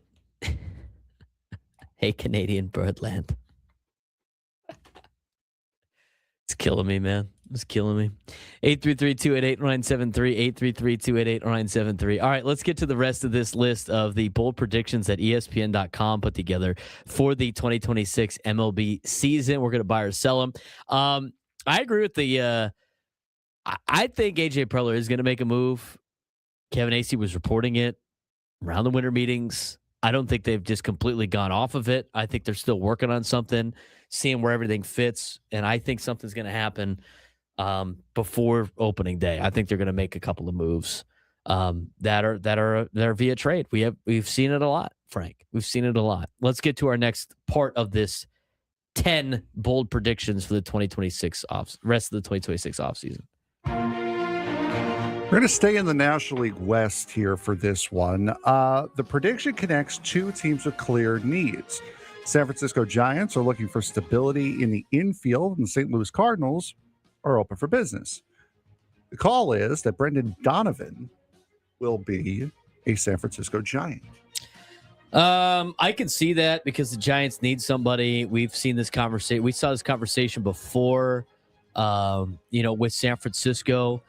Looking to get part of the action, right? We got that MLB.com report that they were looking to find a new second baseman. The Cardinals, we walked through the Cardinals' plans of when do you think they're going to be good, and I don't think Brandon Donovan fits into that description. And so I think it'd be a big move for the Giants because remember, it was either him or Nico Horner that the Giants were interested in. I think they pulled the trigger on it to try to compete with LA and San Diego and Arizona, who just picked up Arenado. Say what you want about how bad he has been. They're still making moves. And every team in the National League West is making moves to try to really climb right now and track down LA. And so it should be a very competitive division. I'll buy this. I think the Giants make this move. I see Brendan Donovan and Brandon Crawford very much in the same light. So I don't know why. Both named Brandon and Brendan? No. I don't know why I connect the two all the time, but I would not be surprised if Donovan ends up in San Francisco in the slightest. I know you said that last time we talked about this. Mm-hmm. Another trade prediction. The New York Metropolitans will deal Brett Beatty to the Seattle Mariners in a package that brings back pitching help while giving the Mariners a controllable everyday bat. I could see that working out. Mariners need a little bit more help with the offense. They've always had good pitching. Mets could use another arm. I could see this. I could see a deal potentially being made. I'll buy this. What about you, Mets fan? I don't, because they're working Brett Beatty out in left field. They don't have a left fielder right now. You just completed your 8-man fields with Luis Robert Jr. I don't see why they would trade Brett Beatty. Because you can never have too much pitching. I mean, I guess, but I don't see it. This one gets a little bit creative. The prediction says that Nick Castellanos will stay in Pennsylvania this season, but he'll be playing in Pittsburgh instead of Philadelphia. With the Phillies covering most of his contract, giving the Pirates much-needed power without financial risk. I actually could see this happening. I'd actually buy this because now if you're Philadelphia, right, you want to get rid of Nick Castellanos. He doesn't fit part of your club. He's cost you $20 million. I know he's a free agent at the end of next year. There's really no place for him to play going into the season. This next season, he is, diminished in terms of overall production. There's been talks about, at least on MLB Network, that the Padres should be interested in Nick Castellanos. I don't really want Nick Castellanos here in San Diego. I think he has been. I just don't think he's very good anymore. I don't. I don't think he'd be a massive ad unless they eat a ton of money. Now, if you're the Phillies and I'm trying to get rid of this guy and I got to eat money and I'm paying him to play against me, I don't want to pay a contender for him to play against me. I don't want to pay anybody in the division for him to play against me. Why not send him to Pittsburgh? From the Philly standpoint, it's not a bad idea. And for Pittsburgh, it's like, hey, here's our star. Look, we're trying. We don't have to pay for him. And then I like this. I think this fits in. I think this fits in. Yeah, with the Pirates, because the Phillies, like, again, I'm not super sold on Nick Castellanos. I think his better playing days are behind him. You would have to get him for a steal if you're the Padres, and the Phillies aren't going to give him to a contender for a steal. They're not going to give him away for free. They'll do that to the Pirates, though, and that's why I think this makes the most sense for the Phillies in a potential trade. I think it makes sense for the Pirates, too, because the Pirates are never going to acquire a guy that has the 1 year, $20 million left on his contract unless, 60 to 70% of it's getting paid by the team that's trading them.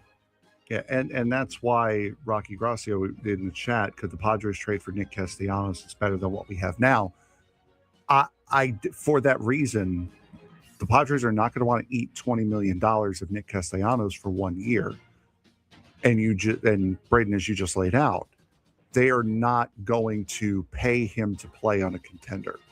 So I do not see the Padres getting Nick Castellanos for that reason. Better than what we have now. I mean, he had an 88 OPS plus last year. 100 is an average player. He had a negative 0.8 WAR, hit 250 with a 694 OPS, struck out 133 times last year. I mean, he's continuing to regress. He's 33. I got to get him for like $3 million. I know they're like, I think what the report was is they were going to hit him ground balls during spring training, get him some work at first base to potentially trade him.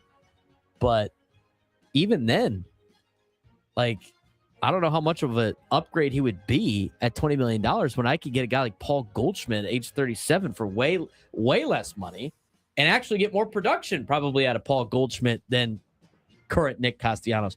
And Nick Castellanos was playing at a hitter's friendly ballpark last year. I will say you're going to wish you had him when the vice president of We Losistan has a house fire or something. I don't know. That's only if he's in the lineup. You're going to wish you had him then, though. Well, I'm sure. A reunion could be coming. The bold call here is that Justin Verlander returns to Detroit, providing veteran depth and leadership for a Tigers team trying to stay in playoff contention. I was reading I'd rather have him than a Rise, but he's not much better than a Rise, Nick Castellanos, in terms of like the offensive power production. The Verlander to return to Detroit, I could see that. Yeah, I could see that. I buy that. Like I mean, might as well if you're just. I could see. You know what I could see? I could see Justin Verlander doing exactly what Max Scherzer said he was going to do. Yeah. I mean, if you're Verlander, same thing. You got all this deferred money coming your way and made a ton, and you're 40-something years old, and what do you still need to play for? Make sure you play on a team that you want to play on and not waste bullets in spring training or at the beginning part of the season when a lot of guys know that it doesn't really matter that much in the grand scheme of things. I know every game counts, but if I had to pick a destination for Justin Verlander, the Tigers, I think, is a good fit. Tigers are a competitive team. They got a good rotation. It's even better with Tarek Skubal. Bring the veteran back. It's a great crowd pleaser, I think, for the people of Detroit. Bring him back to Detroit. It's a full circle moment, too, especially if this is going to be his last year. He can retire where he started, hopefully have another playoff run. I see that being a very You could do a lot worse move than Justin Verlander, too, for the Tigers. Yeah. The final prediction brings us back to Pittsburgh. The Pirates still need power, and the call is that they land Eugenio Suarez on a short-term deal to address major offensive gaps. Eugenio Suarez. I don't see the Pirates doing that because I think it's going to cost them money that they don't want to spend. I know they need power. The Pirates need a lot of stuff, and the Pirates never spend the money that they need. They need to address a lot of needs. So I will sell that. I think the Pirates are more likely to acquire Nick Castellanos in a trade than they are to sign Eugenio Suarez. I really do. Yeah, I mean, especially this has been rumored for the last couple of weeks, so this isn't quite going out on a limb. But I mean, 49 home runs last year. That's going to cost Pittsburgh a pretty penny, and I think that would be a guarantee that they know that a salary cap and floor are coming in the next CBA, and the owners are not going to budge if they go out and do something very un-Pittsburgh Pirate-like and go out and spend the money on a guy like Eugenio Suarez, something they would have never done. They've had one big signing this year, right? What? Ryan O'Hearn. That's the big signing the Pirates have had. That's the biggest signing they've had, right? They haven't signed really anybody else. Gregory Soto, I guess. Did they sign him? He's got a 1 year, 7 point. I'm trying to remember. They've been don't even know rumored. who's on the team. They've remembered. I remember. Sorry, remember what I said at the beginning part. They have been part of all of these equations, right? Oh, the Pirates are this, Pirates are that. They made, and I knew exactly what they would do. They would sign one guy for $14 million, act like it's a big signing. I thought it was going to be a rise. It was Ryan O'Hearn. And they're going to be like, look, we spent money, we tried, and we missed out on all these other guys because they wanted to go somewhere else. But they never actually were going to sign these players anyway. Yeah. You know what their payroll is right now? According to Fangraphs, on their estimated 2026 payroll? $79 million. No, it's way better than that. Oh, wow. They weren't even $79 million last year. They were $87 last year. Oh, okay. 95. 95. Woo. Less than 100. Yeah, no. They signed O'Hearn to try to make it look like they're in compliance when they put in a ceiling, soft ceiling of $300 million and a soft floor of $120 million. It's got to be tighter than that. I think so too. It's got to be tighter than that. I think it needs to be like 280. 300 is a good cap, I think. Did you see that thing I sent you last night with that guy? Dodger fans hate it. Hey man, I thought you guys were just the smartest people in baseball. It doesn't really, shouldn't it not matter then? The biggest issue with that proposal, and we discussed it last night, was a part of the proposal. It was a $300 million cap, a $120 million floor, deferred money not counting towards the cap is a crime. Because what's the keep? And I know the players have to agree to it. It's a two-way street. But what's to keep teams from just deferring a ton of money to remain compliant with the cap? What would be to stop that if deferred money didn't count towards the cap? I think he said like it doesn't affect the cap. I think that means I want to say that was put it because right now it doesn't affect the cap. Like a small amount does. I feel like that's part of the you don't get the deferred money option on this deal. Okay. 300 million soft cap, 120 million soft floor. Teams over the cap cannot acquire any additional salary. Teams that do not reach the floor are ineligible to receive any revenue sharing. Repeat offenders lose draft picks and international free agents. Deferrals no longer affect the cap. I would make sure the deferrals are I would make sure that you cannot that they're calculated. The deferrals cannot knock off the cap number. I think that's what he means. I would make sure that was the case. And then I would make it 300 million and 180 million. And I like the idea. If you go over, like you could go over, like there's no penalties, but like once you go over, you are not allowed to acquire any players. You cannot add salary without cutting salary. I think that's fair. Noon hour when we come back, we'll get to the sports threads. A lot going on in sports halfway through the show. Braden Surprenant Show.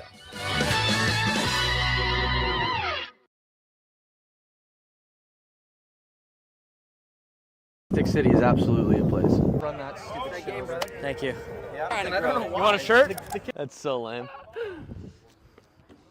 That what?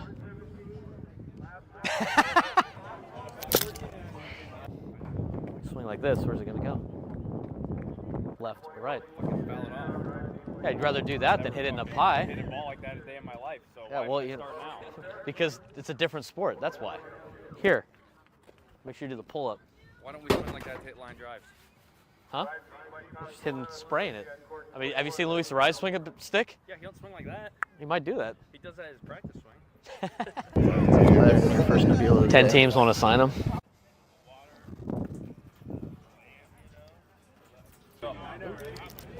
Nice piece.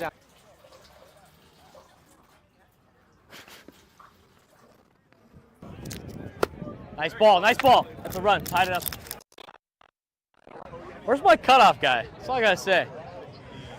Okay, let's go. Like this.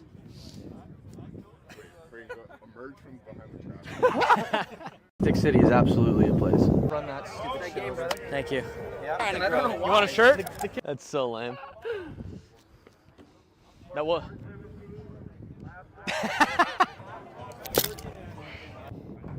Swing like this, where's it gonna go? Left or right? Yeah, I'd rather do that than hit it in a pie. Hit a ball like that a day in my life. So Yeah, why well, should I you start now? because it's a different sport. That's why. Here, make sure you do the pull-up. Why don't we swing like that to hit line drives? Huh? Just hitting, spraying it.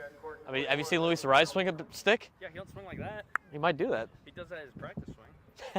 Your first Nabila. 10 teams want to sign him.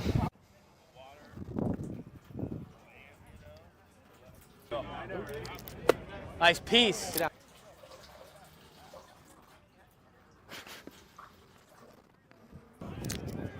Nice ball, nice ball. That's a run, tied it up.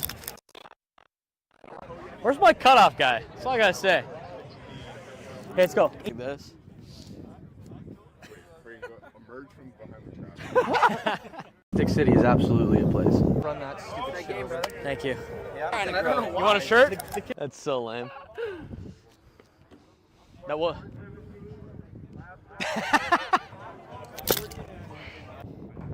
Swing like this, where's it gonna go? Left or right? Yeah, I'd rather do that than hit it in a pie. Hit a ball like that a day in my life. So Yeah, why well, should I you start now? because it's a different sport. That's why. Here, make sure you do the pull-up. Why don't we swing like that to hit line drives? Huh?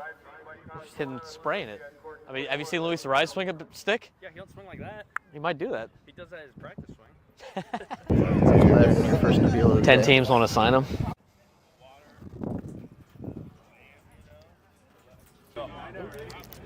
Nice piece.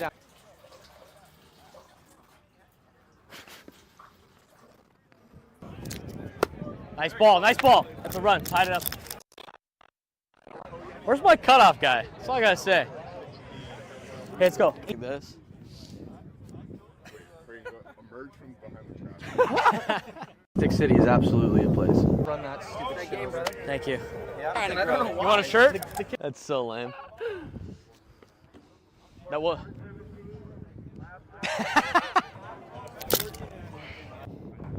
Swing like this, where's it gonna go? Left or right? Yeah, I'd rather do that than hit it in a pie. Hit a ball like that a day in my life. So Yeah, why well, should I you start now? because it's a different sport. That's why. Here, make sure you do the pull-up. Why don't we swing like that to hit line drives? Huh? Just hitting, spraying it. I mean, have you seen Luis Ariz swing a stick? Yeah, he don't swing like that. He might do that. He does that as his practice swing. Your first Nabila. 10 teams want to sign him.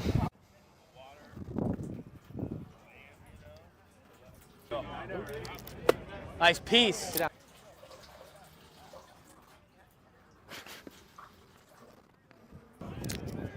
Nice ball, nice ball. That's a run, tied it up. Where's my cutoff guy? That's all I gotta say. Okay, let's go. Like this. Emerge from behind the trap. Tick City is absolutely a place. Run that stupid game, brother. Thank you. Yeah. You want a shirt? That's so lame. That what? Like he You does. can't just punt on a Manny Machado prime use. He's a fourth generation San Diegan, born and raised in the heart of this community. Passionate, opinionated, and always bringing you the real talk on your teams, your city, and everything in between. Braden totally knows his stuff. He's ready for the next step. That guy is good. Live and local, it's the Braden Surprenant Show. But I think Braden's one of the up-and-coming young stars in the media game in San Diego. Now, here's your host, Braden Surprenant. New lunchtime hour on the Fan. I'm Braden Surprenant. He's Frank Marchese. This is the Braden Surprenant Show, live and local each and every day from 10 to 2 on San Diego's number one sports station, 97.3 The Fan. You can follow us on social media at B_SURP, at BSURP. Follow Frank Marchese at FMarks324 on social media as well. You can also follow the show at B_SURP show. Posted the meme that Juan put out. That was hilarious. Be sure to follow us on all social media accounts. We are there. Be sure to listen to us in podcast form. All of our shows get aired in podcast form, Spotify, Apple Music, wherever you get your podcasts. We're also streaming audio-wise live on the Odyssey app. You can hear us on any type of terrestrial radio, and we're live on YouTube. I got my YouTube page at B_SURP. There's a couple of people watching in there. We really appreciate that. We also have 97 Through the Fans YouTube page. Trying to grow both of those. If you haven't done so already, please subscribe. Costs you nothing. And we're going to be creating some more content for you starting in February, exclusive to YouTube. So we're looking forward to that. It is time. We're a little bit late on the sports thread. We're going to get to that in a second. I do want to remind everybody to listen at 1 o'clock for us to announce today's biggest fan for a chance to qualify for a night in our Odyssey suite at a future Padres game. With all the fan staff, register your name at 97throughthefansd.com/biggest fan in order to potentially have your name called. But without further ado, here's Frank Marchese with today's sports thread. You know that group chat? The one that's always blowing up with the biggest sports takes, debates, and breaking news? You got barbecue back there, and you didn't invite me? Yeah, we've got that too. Welcome to the Sports Thread, where we break down the top 5 stories in sports, just like you would with your crew. Oh, no! Disaster! What a bad idea! No filters, no silence, just real talk. Brought to you by QC Kinetics. Stop sitting on the sidelines. QC Kinetics gets you back in the game without surgery. To learn how, visit QCkinetics.com. All right, Frank, what do we got today on the sports thread? Lots going on. Yeah, the NFL coaching carousel keeps on turning. Number 1. Keeps on carouseling. As the Baltimore Ravens have hired Chargers defensive coordinator Jesse Minter as their new head coach, replacing John Harbaugh after 18 seasons. Minter, age 42, becomes the youngest head coach in franchise history and reunites with an organization he previously worked for as a defensive assistant. Known for rapidly transforming struggling defenses in both college and the NFL, Minter arrives on a 5-year deal with the task of restoring Baltimore's defensive identity and improving the team's postseason results, particularly in connection with quarterback Lamar Jackson. Given the Ravens' recent playoff struggles, do you think a defensive-minded head coach like Minter is the right choice to get more out of Lamar Jackson and this roster in the postseason? Well, he spent some time in the Ravens organization. There's only 8 players left. There's only 1 defensive player left when he was with the Ravens. He has been, with both Harbaugh brothers as part of their staffs, as mentioned before. I used to coach at Michigan, ran the defense at Michigan when Jim Harbaugh was there, was with the Ravens a little bit, with John Harbaugh, back with Jim Harbaugh with the Chargers, and now taking over the Ravens. The Ravens have done a lot of great things. Now, here's the thing. The Ravens said in the press conference that they basically were claiming that they made John Harbaugh who he was, and they could find the next one. So if this is the next John Harbaugh, then he should have a lot of success, and it should be locked in for the Baltimore Ravens. They're taking a big chance here. But going defense, that's kind of like where they've been at in that organization. So I can't really judge the hire. It sounds good. I don't necessarily know if he's a massive upgrade to John Harbaugh, who won you a Super Bowl and got you there and got you to the playoffs all these years and had all these numerous winning records. But if you're that confident that this guy is the next and you produce coaches, then they have nothing to worry about if you're a Baltimore Ravens fan. I mean, the next John Harbaugh has to come from somewhere, and it's usually a coordinator. So, I mean, it feels like an odd hire, but I mean, the great coaches all have to start somewhere. Number 2. Not really a question here, but the Indianapolis Colts confirmed that an FBI investigation is underway into the death of former owner Jim Irsay, though the team said it has not been contacted by investigators and has received no subpoenas. Irsay died in May at age of 65 from cardiac arrest. Reports indicate the FBI is examining his substance use in relationship with a California addiction specialist who allegedly prescribed painkillers and ketamine and was staying at the same hotel where Irsay had passed away. Irsay had long been open about his struggle with addiction, and ownership of the Colts has since been passed to his 3 daughters. Now, part of this is that I believe I read that the same doctor that was prescribing him this stuff way overprescribed. That's at least the claim. What he was taking, and this was also the same doctor that was overprescribing Irsay's medication was also the one who ruled that his death was of natural causes. Interesting. So this is just an interesting story coming out of the Colts about a sad topic. Yeah, for sure. So the FBI is investigating this are they investigating for foul play, or I believe so. Because the doctor had overprescribed, according to the thing. So the doctor overprescribed the medication for Irsay, and then Irsay passes away, and same doctor rules that it's from natural causes. Mm-hmm. That seems like kind of a conflict of interest in that sort of sense, but that's it does, doesn't it? I could see why the FBI is investigating this, especially since the guy is a billionaire and owns the Indianapolis Colts. And I mean, it's also, as it says, he had been open about his struggle with addiction, so it wouldn't be all that unique to see that a guy who had struggled with addiction his whole life has an overdose or something. So, I mean, it's just a sad situation around the Colts. Number 3. The NFL Players Association has fired longtime Associate General Counsel Heather McPhee less than 2 weeks after she sued the union and senior executives alleging retaliation, misconduct, and an effort to block her cooperation with a federal criminal investigation into union finances. McPhee, who had been with the NFLPA since 2009, claimed that she was sidelined and later dismissed after raising legal concerns and preparing to testify before a federal grand jury. The union declined to comment on the firing, citing personal matters, as scrutiny continues around leadership decisions and internal governance. What does McPhee's firing suggest about the transparency and accountability within powerful sports unions when internal whistleblowers raise concerns? Well, everybody's got to protect their own assets, right? Isn't that what this is kind of about? Just remove the sets part of assets. Yeah, exactly. Yeah, there you go. There it is.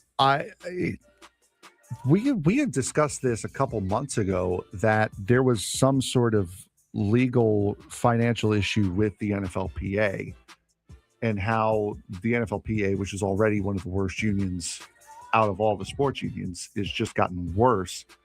This sounds like it's trickling from that as well. So McPhee, who noticed something was wrong, blew the whistle, and now the players union is going, well, it's fine, keep it quiet, go away. Right, exactly. That's why they have whistleblower laws out there.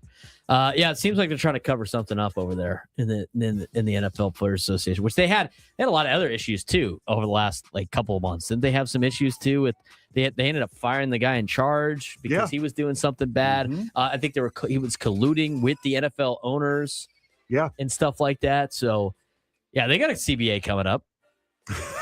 We'll see how that goes. The players usually get the short end of the stick most of the time. It's wild. Number 4. On to the next one. Timothy McCormick was sentenced to 2 years in federal prison, becoming the first person punished in a broad NBA gambling conspiracy tied to players Terry Rozier and Jonte Porter. McCormick admitted that he used non-public information to place profitable bets on players' performance, defrauding sports books. The judge acknowledged his long-standing gambling addiction and imposed a lighter sentence than prosecutors sought, while still emphasizing the serious damage done to the integrity of sports. The case remains active for others involved. Rozier has pleaded not guilty and is on unpaid leave from the Miami Heat, while Porter has already pled guilty, been banned from the NBA, and is still awaiting sentencing. So this NBA story from a couple months ago has not gone away, and they have just now sentenced somebody to 2 years of federal prison time. And they're still investigating this. Yes. The FBI, right? There's going to be more coming down potentially. Yes. I can't wait for that. It's going to be fun. It's so interesting to see how this stuff. It's a double-edged sword, right? I mean, it's the downsides of gambling, but at the same time, with legalized gambling, stuff gets flagged now, Exactly. and now people are getting in trouble for trying to cheat the system instead of it being under the table and nobody knows about it. So it's a lot of give and take with this, but it's funny how much money the leagues make in gambling while also saying it's illegal to, like, why at the same time saying they're against it. It's a tough topic of discussion. Yeah, because they're making a ton of money with gambling. I said that yesterday. The NFL right now is fueled by fantasy football and gambling. I can add gambling to that too. People are more interested in the fantasy football and the gambling aspect of the NFL than just sitting down and watching a game or like having a favorite team. Yeah, I absolutely agree with that. Number 5.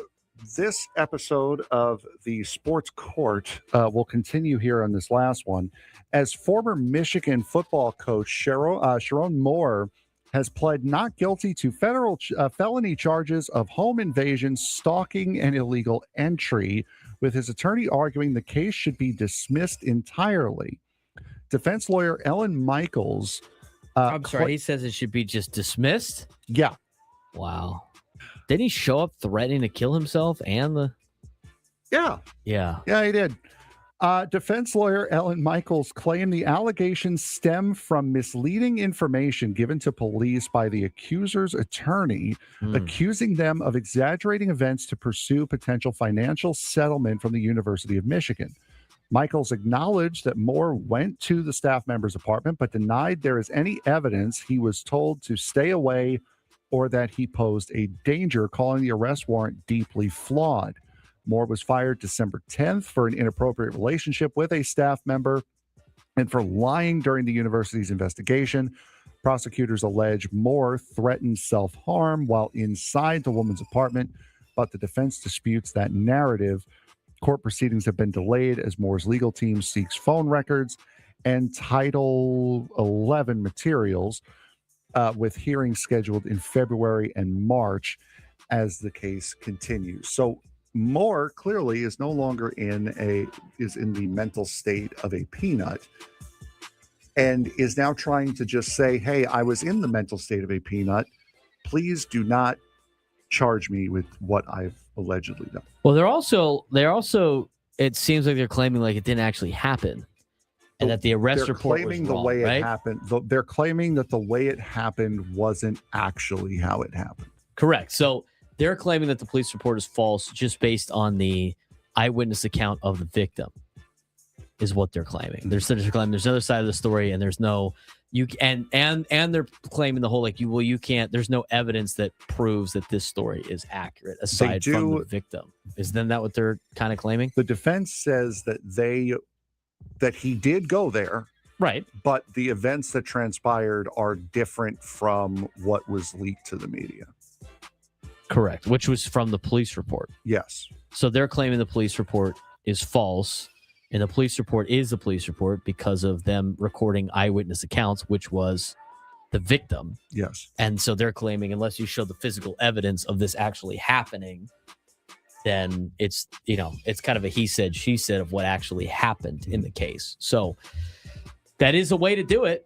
If you're the defense, I mean, I don't know how. I mean, you're trying to defend this guy. I don't know how much more you possibly could without doing something like that. So we'll see the evidence until the evidence comes out in the court. It's hard to really rely on that, but they're denying that actually took place to the details it took place. I mean, I don't know what else. I mean, you don't know. None of us were there. None of us are going to know what happened. The only people that know are Sharon Moore and the staffer. That's it. Those are the only two people that were there, and whatever the phone records say of text messages and calls and things that happen of that nature. Unless there's cameras inside that apartment or that place. It's what she said happened and what he said happened. If it's an apartment building, I would have to assume that there are security cameras in the hallways outside. Right, the but doors. that only proves that he was there. That doesn't prove. It can also kind of prove the mental state that he's in, because if he is like fidgeting around, and that you can show that. You can also see that if he's walking stoically, if he's got his head up, and then he's fine. Then he's not in the mental state that was claimed in the police report. So you can kind of read body language in the case like that, but as soon as he goes into the apartment, there's no telling. Right. I mean, you can read the body language, but you can't. That doesn't prove that he had a knife. Does not prove that he threatened to kill her. Does not approve. No, that doesn't prove a lot of that stuff. And that's where the defense is right now. And his demeanor could have completely changed when the second he went into the apartment. Go Aztecs. It's just a misunderstanding. Yeah, it's a misunderstanding. I'm interested to see how this goes because they're going to have to find some evidence. And you know what? The defense has, if they can't find evidence to prove any of that stuff, then he's not going to get dinged for a lot of the allegations that were in the police report. And the police are just reporting in the thing what they were told by the victim when they interviewed her, as well as probably the comments from Sharon Moore in that particular interview. And if it doesn't match, it's a he said, she said thing. And then that's going to be hard to prove in the court of law. Now, it's up to the jury and what the judge has to say about that. But that's an interesting defense there for the defense, obviously. But that's the way you would play it, though, right? Yeah, I mean that's all you have. That's all you really have. All you have. It's prove it. I mean, obviously, him showing up there, like you can. Does that prove stalking? I mean, not if he's been there multiple times, right? Not if he hadn't put a restraining order. I mean, there's a lot of stuff in there that's going to be hard in the court of law. It's a fascinating story. It really is. And now knowing that, everybody's okay for the most part, right? And like looking back at it, it's going to be interesting what they pull up in that particular case. He went to that court hearing with his wife yesterday. Did you see that picture? I did not. He went to the court hearing with his wife, and there's Moore who's laughing and smiling. There's another woman there laughing and smiling, and then there is a third woman that's the closest to the camera that is deadpanned mad that she has to be there. And the comment on the picture was, guess which one is his wife? Oh, God. Terrible. But, I mean, thank you to QC Kinetics for sponsoring today's episode of Sports Court. Sports Court, Sports Thread. When we come back, we got a preview of the AFC Championship game. Are Abe's Broncos cooked? He asked the question in the chat. We'll answer it for him when we come back. Braden Surprenant Show, Standing Summer Sports Station, 97 to the Fan.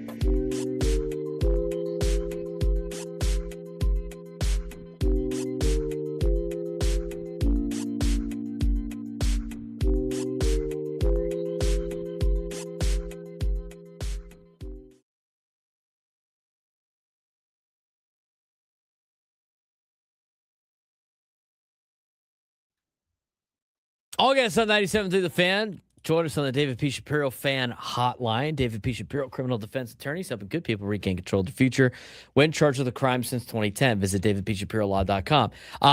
It'd be great to get a contestant for today's Midday Sports Standoff.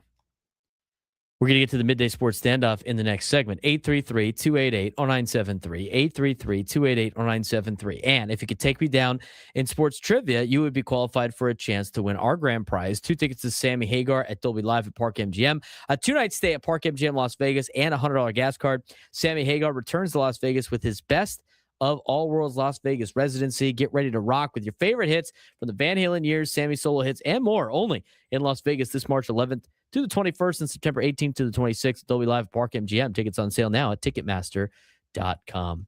It's time to break down the AFC Championship game. Are Abe's Broncos cooked? Let's get into it. All right, Frank, take it away. Oh, we're rolling with this. Okay. Let me get to it here. All right, so let's start with the AFC. Let's do it. Patriots are on the road for the conference championship with rookie quarterback Drake May, his second first year. But yes, second year. With making his first road playoff start against the top-seeded Denver Broncos.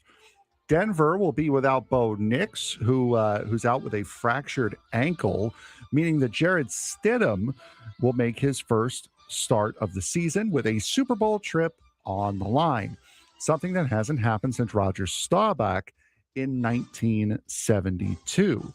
New England's defense has allowed just 1 touchdown in 2 playoff games, but May has 6 fumbles in those games, creating a fascinating contrast between elite defense and shaky ball security. Denver's defense has been dominant overall, but one statistical weak spot stands out. They allow 5.8 yards per carry on duo runs, and New England runs duo at the 3rd highest rate in the NFL. Bold prediction here from Ben Solak. Patriots corner Christian Gonzalez jumps a route and takes one to the house for a pick 6. Buy or sell that? And who actually survives this game? All right, let's talk about the game in general. So, I can't believe that. Oh, Patriots are favored by 5.5 because the fact that Jared Stidham is starting quarterback for the Denver Broncos. I like the Patriots in this game. I think they get the job done on the road. I do think playing on the road hurts them a little bit. I do think Drake May being a little bit too much of a turnover machine hurts them a little bit, especially with the Broncos defense that they have had. Now, you talked about duo running. Duo runs, they're a downhill running scheme that is now used in the NFL. Vertical double teams to the line of scrimmage, often described as power without a puller. So they're doing double teams on the defensive line and the linebackers, and the Patriots like to run a lot of that. Denver's not very good at stopping those duo runs. So it's kind of like it's a difference between inside zone. Instead of inside zone, hat to hat, you got a couple of guys double teaming, and you don't have to pull anybody from the line of scrimmage in order to do that. So from that perspective, let's talk about this bold prediction. Christian Gonzalez gets a pick 6 for the Patriots. That's a very bold prediction. I'm going to buy the fact that the Patriots get a turnover for a touchdown. I'm going to sell it that it's a pick 6 by Christian Gonzalez. Is that fair? I would say so. I think that's fair. Did you see Nick Foles' tweet from earlier this week? Yeah, once they found out that Drake May was out. Yes, that Bo Nix was out. Yeah, Bo Nix was out, sorry. Yes, Nick Foles said, listen, it's going to be tough. Winning with a backup quarterback, especially in the playoffs, is not easy. However, I can confirm Patriots do have a little bit of trouble with backup quarterbacks in the playoffs. Mm-hmm. Just ask me. So I think this is going to be a very, very interesting game. I like the Patriots in this game. I don't know if I'm going to go the 5.5. I think this one's going to be close. By the way, both games are on Sunday. By the way, this will be a 3 p.m. start Eastern time, 12 noon here on CBS and on Paramount Plus. I have to go with my gut here. I'm taking the Patriots. I like the Patriots too, but here's what needs to happen. Like the Patriots, they'll win if they don't beat themselves. New England, like Drake May, 6 fumbles in 2 playoff games. Hang on to the football. Yeah. Hang on to the football. It sounds like they're using a mental timer in practice to make sure that he can hang on to the football, not get crushed. Hang on to the ball. If the Patriots hang on to the ball, they're going to beat Jared Stidham. Make Jared Stidham try to beat him. First start of the season, it's an AFC title game. Sean Payton trust factor does matter, except for the fact that, you got to watch out for aggressive throws, quick game concepts, screens and running back outlets. I mean, Jared Stidham, to me, it's you got to run the football for Denver. Quick game. Got to run some quick game at the perimeter. Get Jared Stidham a couple of early throws to get settled in, and hopefully he doesn't turn the ball over. And guess what? I am running the clock as much as I can. And the defense is good for Denver. Like, they force a turnover or two. It flips the game. It flips the game back into Denver's favor over the Patriots. Let's see if they can win without a quarterback. That's the biggest takeaway in this particular game. But I think New England is set up to have. They're set up to win this football game and to get back to the Super Bowl without Bill Belichick and without Tom Brady. It almost goes back to maybe those guys were in the perfect situation the whole time of them both being in New England. I mean, how fast did the Patriots turn that ship around? Yeah. I mean, all they had to do was replace the guy that Bill Belichick appointed to be his interim. Took him 1 year. Like, oh, yeah, go ahead, coach for a year. He was not very good. They brought in Mike Vrabel, who played in the organization during that dynasty. They drafted a good quarterback in Drake May. I said it during the draft. Go back to the draft show. Drake May's the best guy in this draft. He was the best guy in that draft.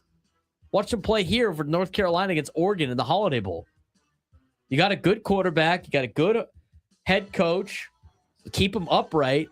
Patriots are treading in the right direction. And to make it to the Super Bowl this fast after not having Belichick or Brady is really remarkable for what they've been able to accomplish. And it's interesting that they're starting to hit their stride right as the time the Bills' wheels are about to fall off. Mm-hmm. Yeah, Has the window closed for the Bills now, Frank, because of the Patriots? Absolutely. I would say absolutely. I think the Patriots' reign of terror is back. The evil empire's back, baby. It's not so evil right now, though. No, because they're not. You've got likable characters. Drake at the May's a top likable guy. Mike Vrabel's a likable guy. I like that organization. I mean, I'm not a huge Robert Kraft fan, but I don't hate the Patriots anymore. They don't have the players that hate the Patriots. They don't have the team that you hate anymore.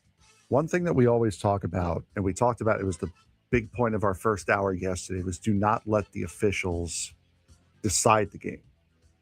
Looking at, we know the officiating crew for this game, Alex Kemp's crew is going to be officiating this game. And one thing to know about them is they have the highest rate of defensive pass interference calls out of any officiating crew. Both teams benefited greatly from defensive pass interference calls last week. So another key to this game is going to be make sure you do not give the officials a chance to impact this game. Force them to keep the flags in their pockets or on their hip, wherever they have. Like I said before, Jared Stidham, running back checkdowns, screens, quick game, keep it simple for them. Try to win with the running game, try to win with the defense. And they might have a chance to win. And don't go to overtime, because the rumors of Denver losing that game because they were trying to get the game over so everyone could switch over to the next game. Yeah, don't do that. You got the first game. You got the first game out of the two. Please do not go to overtime. Don't give the officials more reason to get involved in this game, please. All right, when we come back, we're going to get to our midday sports stand-up, but we're also going to break down the NFC Championship game. We both think that the Patriots are going to advance to the Super Bowl. What about on the NFC side? We'll tell you when we come back on the Braden Surprenant Show, Standings Number One Sports Station, 97 through the Fan.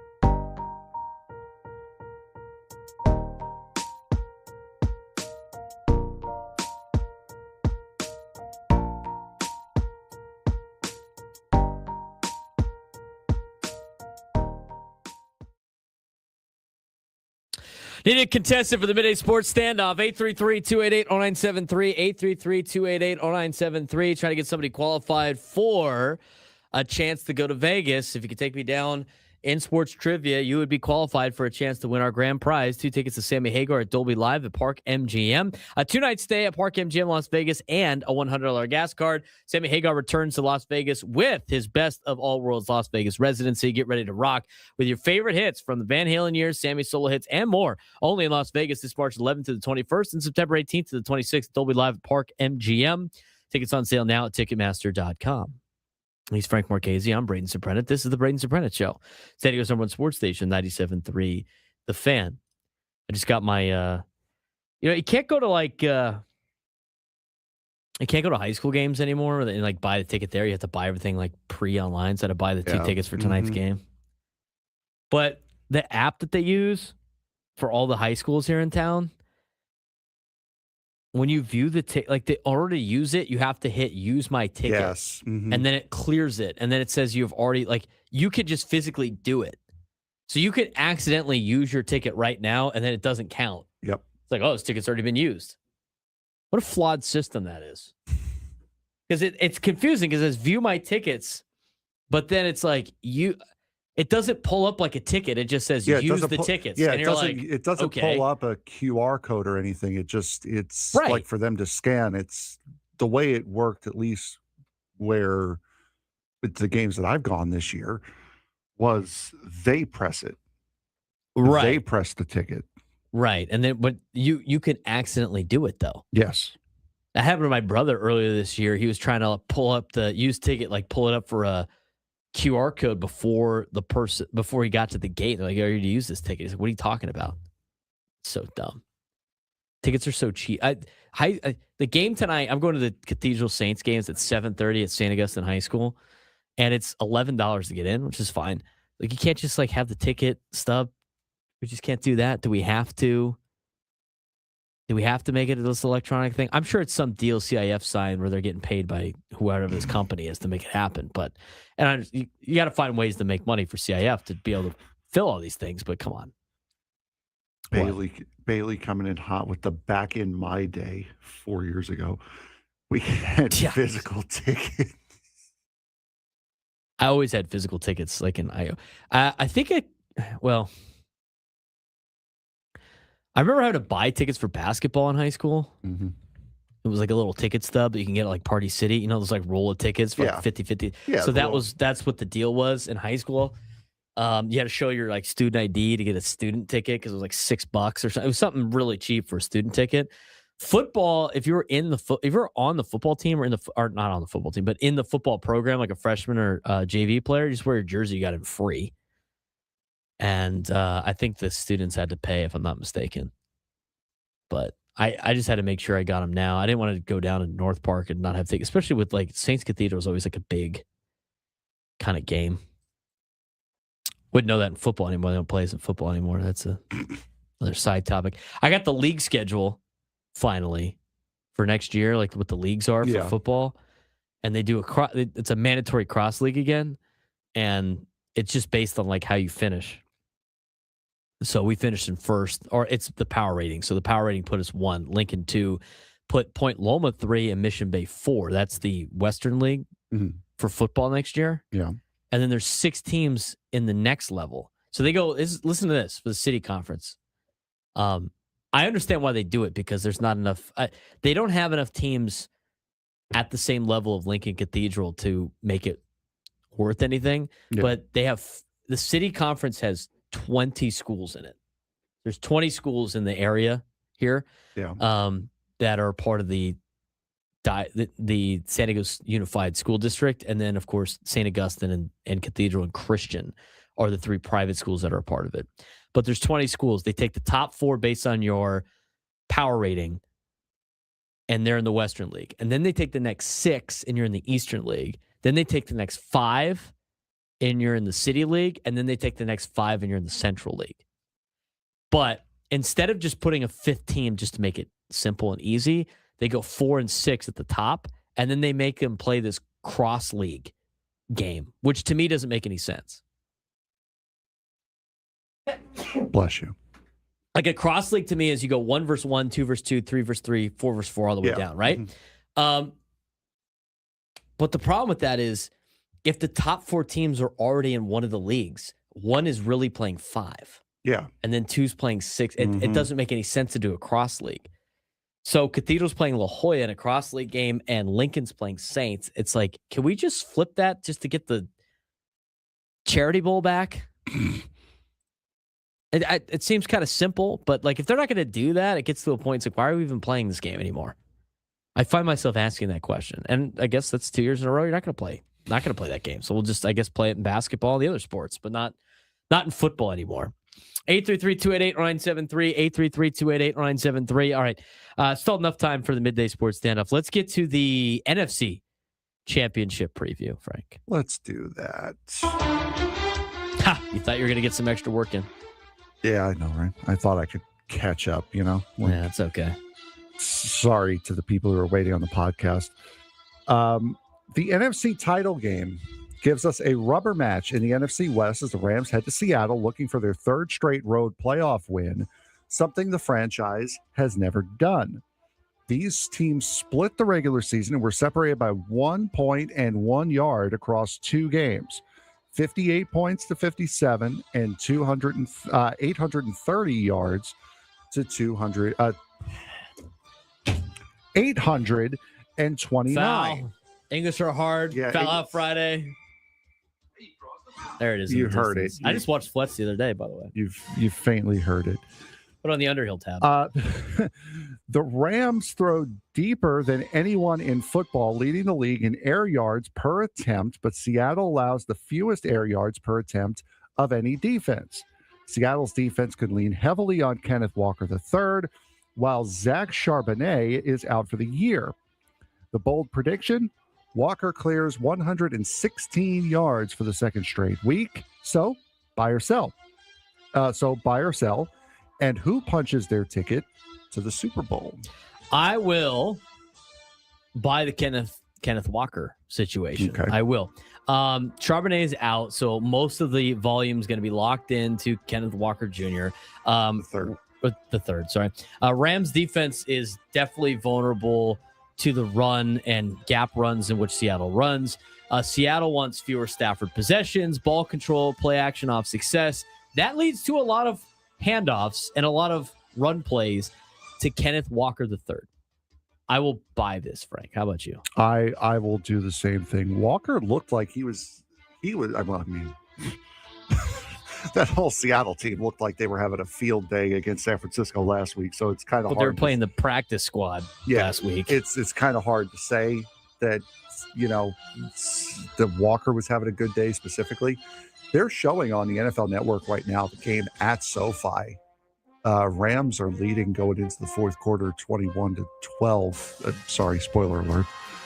Thanks for telling me what happened in the Week 11 game. Yeah, sorry. I said no, going into the 4th quarter. Hey, you know what? There's some people at Big League Dreams in Paris right now that think it's live. Joke from a couple weeks ago. I still couldn't believe that. That's a cheap shot right there. Hey, for all the people that might be watching tomorrow. There's a foul there. You know what? That's going to air on NFL Network again tomorrow. It is. Tomorrow there's a softball tournament in Paris. I will not be participating in it. That game will be on all the television screens instead of college basketball because they're going to think it's the game. They're going to think it's the game. Lads. I'll take another foul for that. I already did. I'll take multiple. I don't know. Okay, so there you go. I'm at 3. You're at 3 or 2. Yeah, just give it 3. We got an hour left on the show. Cool. This feels like a game where the Seahawks keep feeding the rock to Kenneth Walker III until they stop him game. That's what I would do. It's also kind of hard to predict this game as well because of how dominant we saw Seattle being against the backup squad in San Francisco last week. Because you can't really, you can kind of take some bits and pieces from last week and say, oh yeah, Seattle's going to waltz through this game. But you can't really use last week as a meter for how good Seattle's going to be in this game. They've effectively had 3 straight weeks off without having to play a competitive football game. This is a team that they've seen multiple times. It is. Right? Yeah. I mean, the Niners were too, but the Niners were decimated in that game last week. Seattle and Los Angeles, these are two teams that play each other multiple times a year. This is the third meeting. I would expect a lot of adjustments, in-game moves. Like in the NFL, I'm sure a lot of I'm sure there's not a lot of tendencies in the National Football League. I bet you it's a 50-50 split. I bet you they're coming up with different formations and stuff all the time. It's not like high school and college where you can understand tendencies of the other team. This is going to be a very schematic chess match as the game goes on, with the adjustments made from the first two games that these teams have played and throughout the contest between the two teams. This is the third straight road playoff game for the Rams. Yeah. League high 74 rollout attempts for Stafford. They continue to move him out of the pocket. Colby Parkinson is emerging as a big-time performer for the Los Angeles Rams, 90 yards and a touchdown so far this postseason. As for Seattle, as mentioned before, Kenneth Walker is going to be the offensive centerpiece. The other thing, too, is Sam Darnold, at the end of the second half, I mean, his numbers were not very good. He had a pretty good game against San Francisco, again, albeit going against a very beat-up defense. But when you got the ability to run the football, keep it out of Sam Darnold's hands, because Sam Darnold is, as you mentioned in that game that's on NFL Network right now, he just threw a pick late in the game. Rams did pretty well against Sam Darnold. Spoiler alert. Earlier this season. So control the tempo with Kenneth Walker III. Protect your defense, which is what got you there in the first place. Keep him off the field. Keep Stafford off the field. Shorten the game. And for Seattle, that's a massive key to success. Here's some stats that matter in this game. Rams, as Frank mentioned, 8.9 air yards per attempt. It's the best in the NFL. Seahawks defense, the best in the NFL at allowing air yards per attempt. So that's going to be a major matchup in the game on Sunday, and something has to give in that particular matchup of getting the ball downfield and deep. They are the two least penalized teams in football. Got the Clay Martin crew. Penalty spike potential in this game. We'll see how that plays a factor into the NFC Championship. And you look at the takeaways. Rams win if Matt Stafford hits explosive plays early with the deep ball. Seahawks win if Walker dominates the pace. If the Seahawks control the ball, they're going to win the game. Expect it to be a one-score game. I think the Rams go into Seattle and they get the victory. I'm going to take the quarterback in both of these games. I took the quarterback, Drake May, in the Patriots game. I'm taking the quarterback over the defense in this game also. I mean, something's got to give. Like, the Broncos have a really good defense, don't have a quarterback. Seahawks have a really good defense, don't have the better quarterback. Where the other two teams, the Patriots and the Rams, don't have a better defense, but do have a better quarterback. It's going to be, what gets you to the Super Bowl? Is it your defense or the quarterback in the National Football League? A debate that a lot of people have always talked about. As a defensive coach, you can win with defenses, but you got to have competent quarterback play. You want an example of that in a big game? Look at Texas Tech. Got to have competent quarterback play. So I'm going with the Patriots, and I'm going with the two road teams to win on Sunday. This game is a 3:30 p.m. kick. It'll be on Fox. Seattle favored by 2.5. I'm going to take Seattle. I think Seattle overall, I think, is a little bit better of a team. I know we were talking earlier about the Rams and how they were probably the best team in the NFC earlier this season, but with what Seattle has been able to do, especially later on in the season, winning big games, they could have just beaten San Francisco last week, but they just destroyed them. I'm going to be taking Seattle, and remember, they split. They, as mentioned before, they split the two games in the regular season. Each game, the home team won. So I'm going to take Seattle at home in the home of the 12th man. Patriots are a safer pick. Broncos the scarier pick. Seahawks are the steadier pick. Rams are the more volatile pick. Backup quarterbacks, ball security might decide the championships. All right, Sam Darnold's still a little banged up too. Yeah, he is. See how it plays out. We'll see on Monday about that. We talk about the Super Bowl for 2 weeks. Just kidding. I'm not talking about the Super Bowl for 2 weeks. Most hyped up game ever. 833-288-973. 833-288-973. College basketball when we return. Final hour of the show.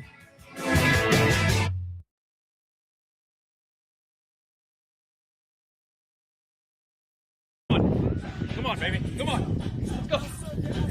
Oh, there we go. Did the director's cabinet give you that shirt?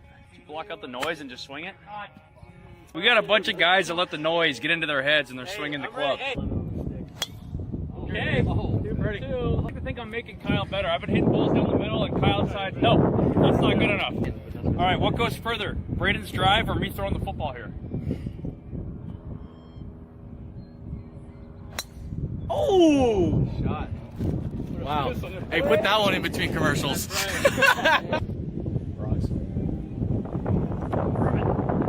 Rocks. The next group coming up too.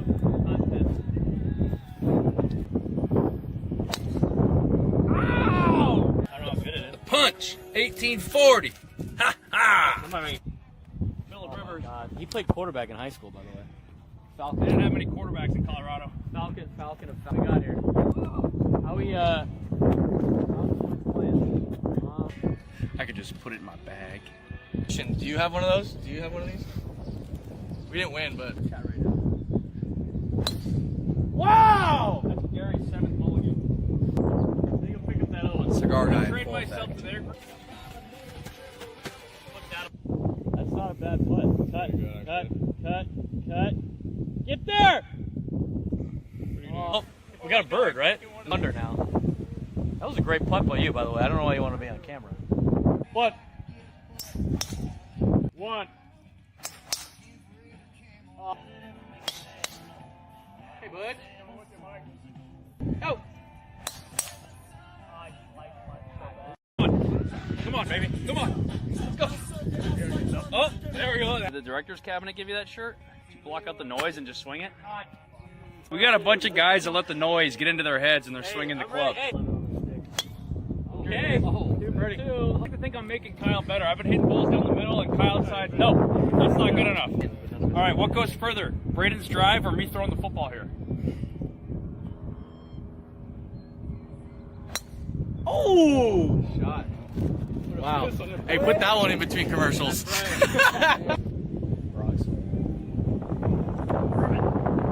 Rocks. The next group coming up too.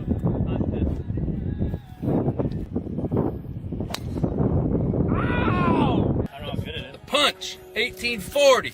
Ha ha. Phillip Rivers. He played quarterback in high school, by the way. Falcon. They didn't have many quarterbacks in Colorado. Falcon we got here. How we playing? I could just put it in my bag. Do you have one of those? Do you have one of these? We didn't win, but. Wow! That's Gary's 7th mulligan. They can pick up that other one. Cigar guy. Trade myself to their. That's not a bad putt. Cut. Get there! Oh, we got a bird, right? Under now. That was a great putt by you, by the way. I don't know why you want to be on camera. What?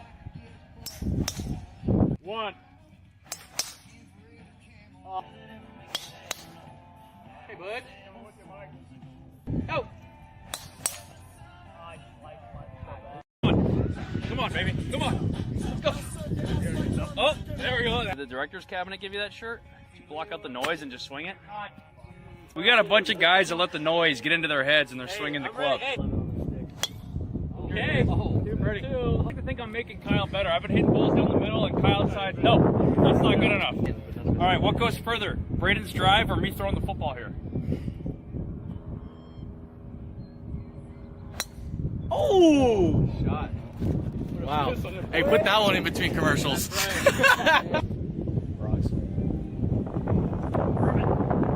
Rocks. The next group coming up too.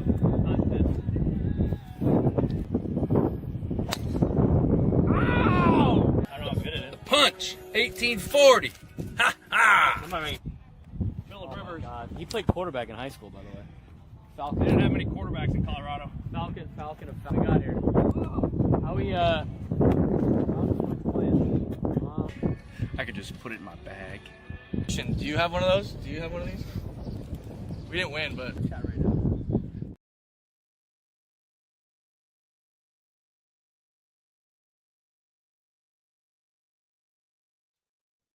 1 o'clock hour on a Friday.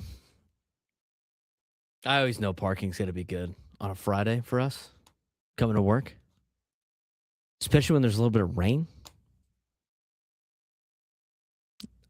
I haven't seen a soul in the building all day. No, I haven't either. We got our one sales guy here who's here every Monday and Friday, and that not a lot of action. Gwen and Chris doing their show today?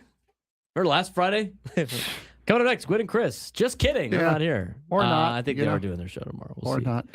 Or not. Or not. All right, it's that time again. Is it now? Yeah, what time is it, Frank? 101. Nothing else? Not that I can think of. Is it time to disappoint Nate? Is that what the time it is? It's time to disappoint everybody in the chat. It's time to disappoint everybody in the chat. Today's biggest fan. Generator time. Time for today's biggest fan. Congratulations, today's biggest fan, Matthew Rosink. Roesink. Matthew Rosink in San Diego. Give us a call in the next 10 minutes at 833-288-0973. 833-288-0973, and you'll qualify for our grand prize, 20 tickets for you and your friends for a night in our Odyssey Suite at a Padres game with all the fan staff later this season, catered by Spiro's Mediterranean Cuisine. Remember to register your name at 97throughthefantasy.com/biggest fan. Matthew Rosink in San Diego. You got 10 minutes. 833-288-0973. 833-288-0973. Give us a call. You're today's biggest fan. Biggest frog. And chat is mad at us. Of course they are. I will say, though, I don't come up with the names. We're on a 2-game streak here. We're on a 2-day streak here. It's called back-to-back wins. 3. It's called a winning streak. It has happened before. Are you trying to quote Major League right now? I was, yeah. I know I messed it up. I know I did. Biggest fraud. Biggest fan, Matthew Rosink in San Diego. 833-288-0973. 833-288-0973. I want to go back to that wing conversation from earlier today. Okay. I'm not anti-ranch. I like ranch. Now, if that makes me a child liking ranch with anything, then I'm a child. I like ranch dressing. You got a problem with ranch dressing? My dad thinks ranch dressing is only for children. I disagree. Ranch is a solid side. Ranch is Californian. From Santa Barbara. Ranch dressing. Now, our boy Sushi Sam, who is a Bills fan, allegedly, went to Buffalo not too long ago to watch a Bills game, and he got exposed for not being a real Buffalo Bills guy. Well, let me tell you.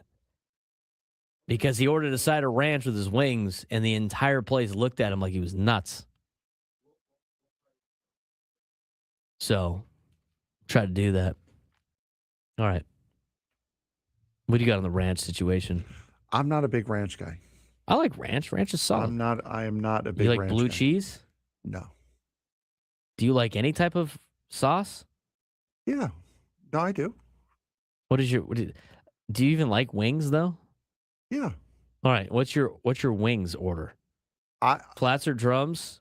Bone in, boneless.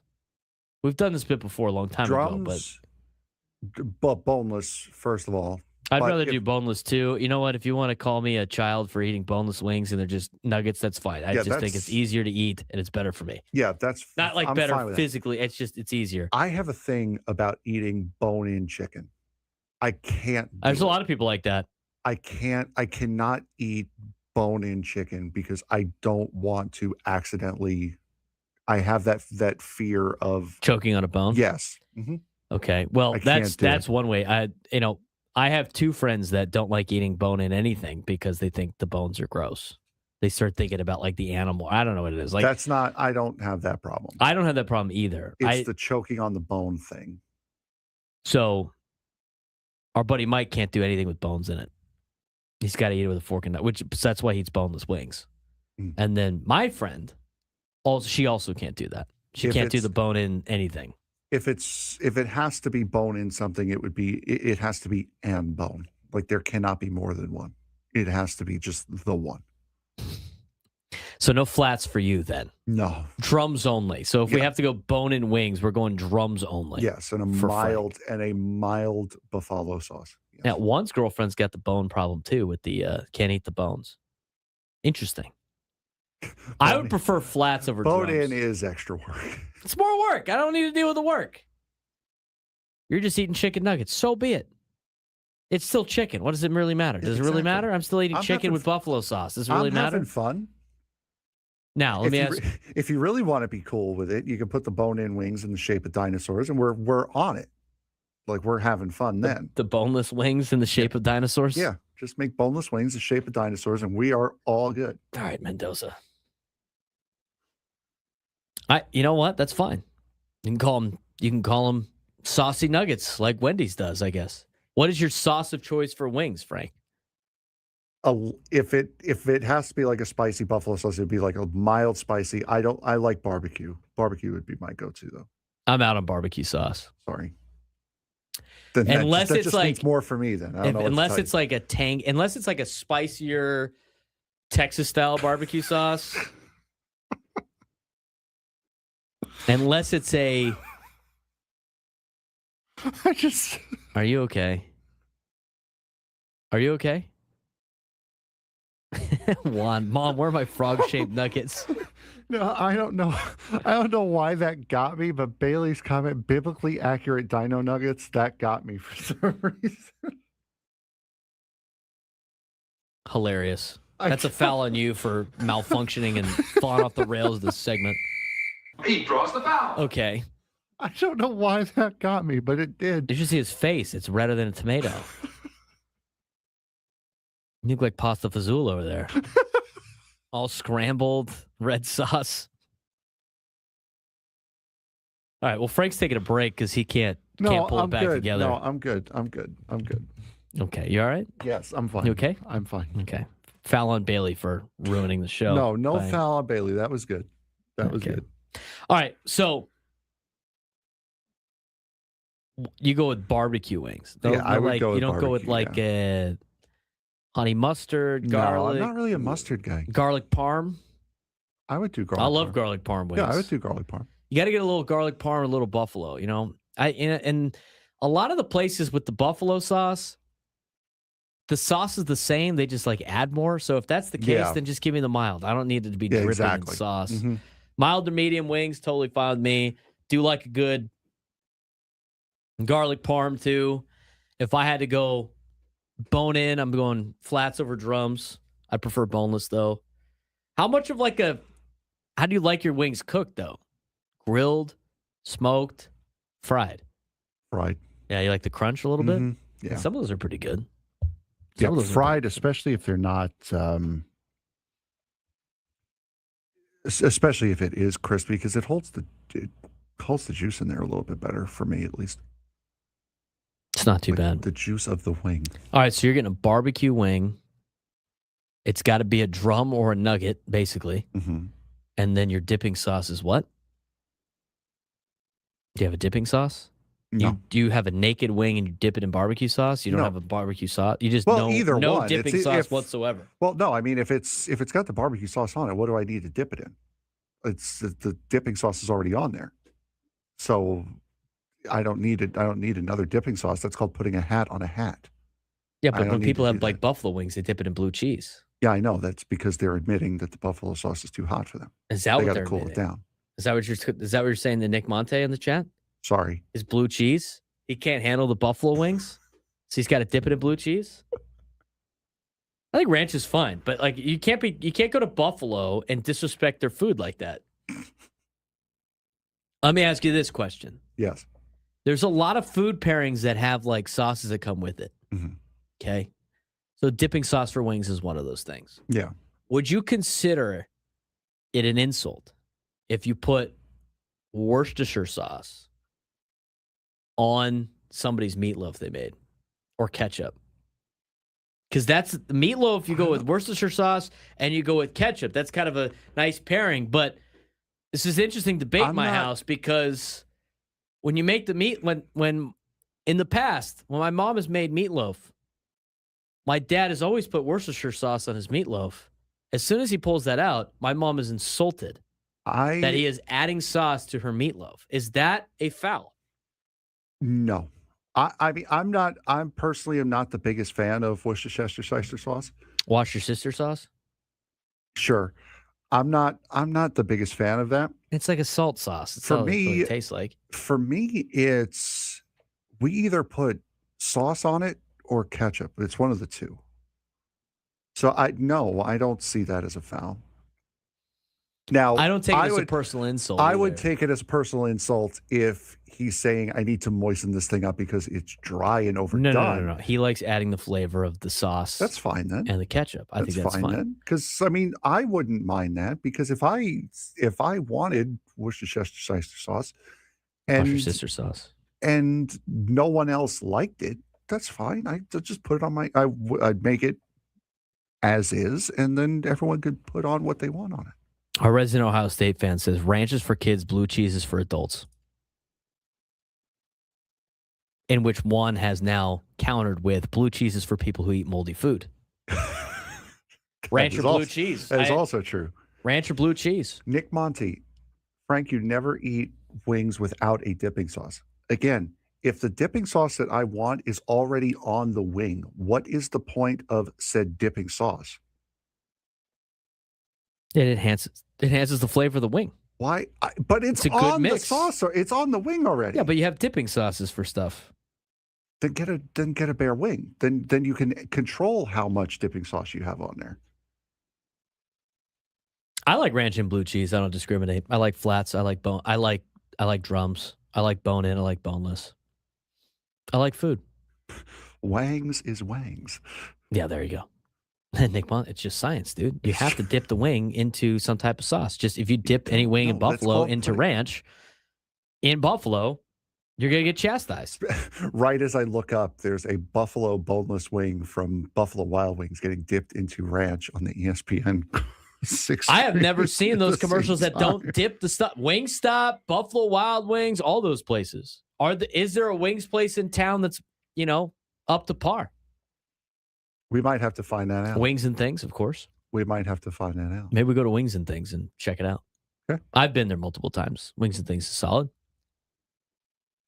I like out of all the chain wing places though, what's the go-to? To me, I like Wingstop the best out of the group. I'm not a huge the atmosphere of Buffalo Wild Wings is fine, but they got a lot of their food's like super expensive. Yeah. For it not being very great. I mean, you go for it's like a sports version of Chili's. Their avocado sauce isn't, or the avocado not the avocados. The artichoke dip is really good there. Buffalo Wild Wings you go to for appetizers only. Hence the. It's just appetizers. The artichoke dip being good. Yeah, that's it. That mozzarella sticks. I think they have cheese curds. Cheese curds are money, but. It's like the best thing they have is like the sampler, just like at Chili's, the best, like the Big Dipper, big whatever it's called. We're seeing sampler. We're seeing Dirty Birds in the chat here. I've been to Dirty Birds is solid. They got a couple around the county. They got one over by San Diego State in the college area. They got one in Liberty Station. I know they got the one there. The one that's connected with the Loma Club golf course. I will step on Legos barefoot before I dip my wings in blue cheese. Blue cheese is solid, dude. What's the I want to know from people from what's the Buffalo thing? Like in Buffalo, you're only allowed to eat it with just buffalo sauce, or is it blue cheese only? I don't know. We lived in New York proper. We did not live in Southern Canada. Rules for buffalo wings in Buffalo? Is that a good? Sure. Arby's owns Buffalo Wild Wings for your information. That is from Wilbur the Wildcat. I don't have a problem with Arby's. I mess with some Arby's. That's usually like a once a year type meal. You get the craving for Arby's and then you forget what you're eating. I just get the mozzarella sticks. That's it. That's all I get from Arby's.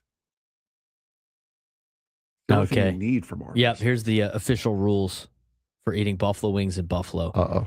They can't be breaded. They're naked before frying.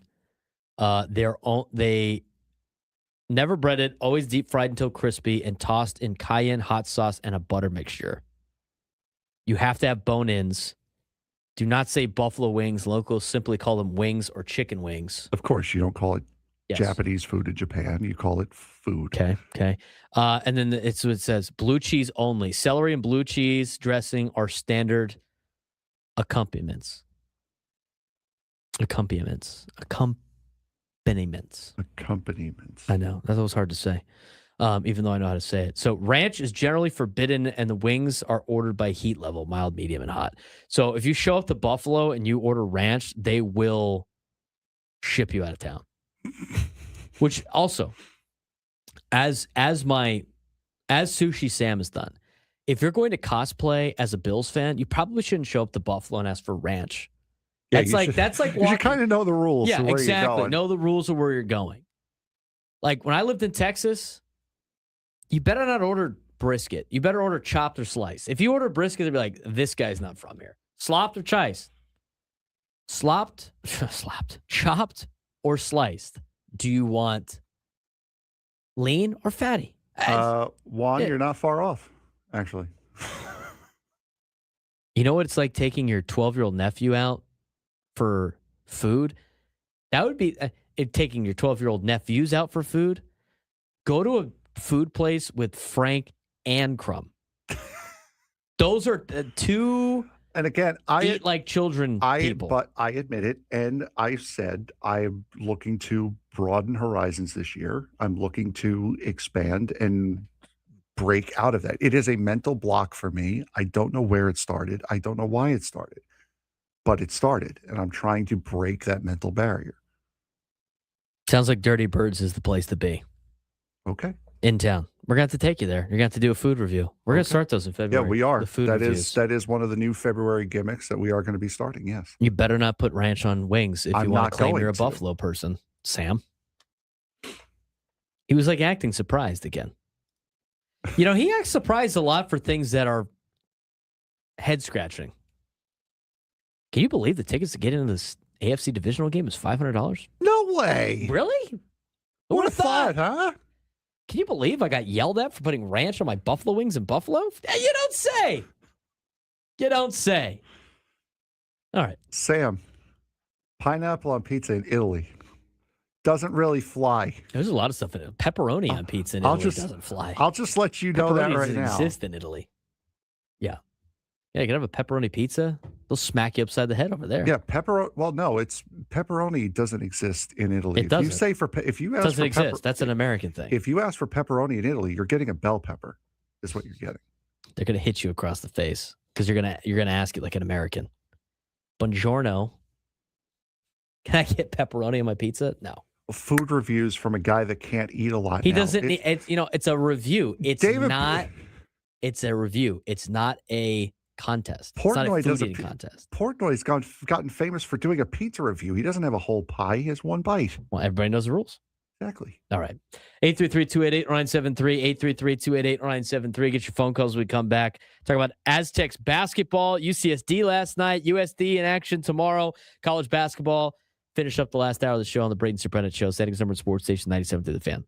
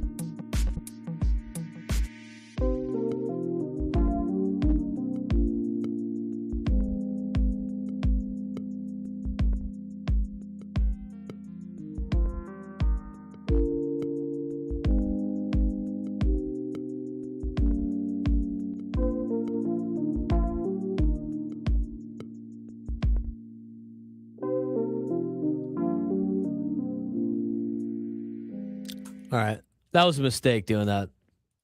Talking about wings. Now I'm hungry. We just got to make it through 2 more segments before going. I'm going down to Underbelly tonight. I've never been. I heard it's really good. You ever heard of Underbelly? I have not, no. Underbelly's it's like a ramen place. Mm. It's over in North Park. I've never been. I heard it's legit. I'm going down to North Park for this Saints Cathedral game at 7:30. So gonna hit up Underbelly. Might as well. Already down there. May as well.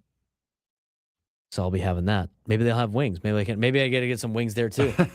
Wow, Nick Monte says it's overrated. Well, I'll be the judge of that. We're finding that out. Report on Monday.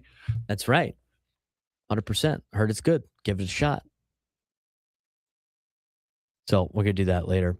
I am a little bit hungry now, so now I'm thinking about that. But I want to mention that all guests on 97 to the Fan join us on the David P. Shapiro Fan Hotline. David P. Shapiro, criminal defense attorney. He's helping good people regain control of their future when charged with the crime since 2010. Visit davidpshapirolaw.com.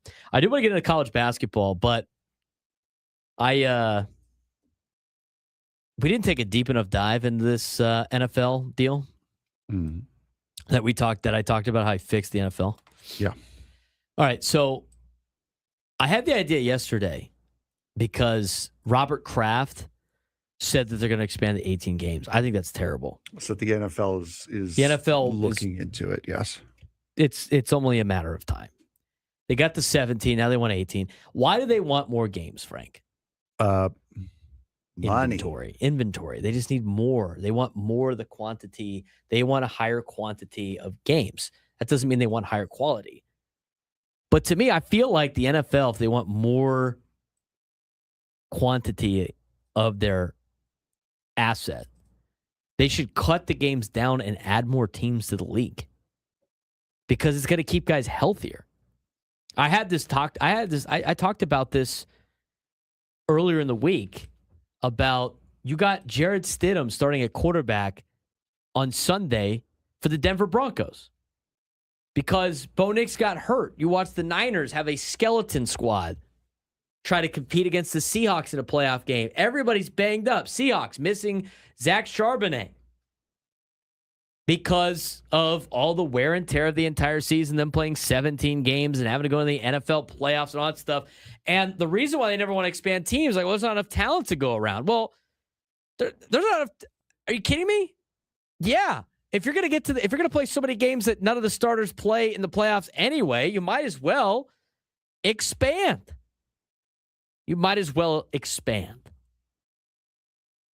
Expand the amount of teams and cut the number of games down so they're quality games. You are the National Football League.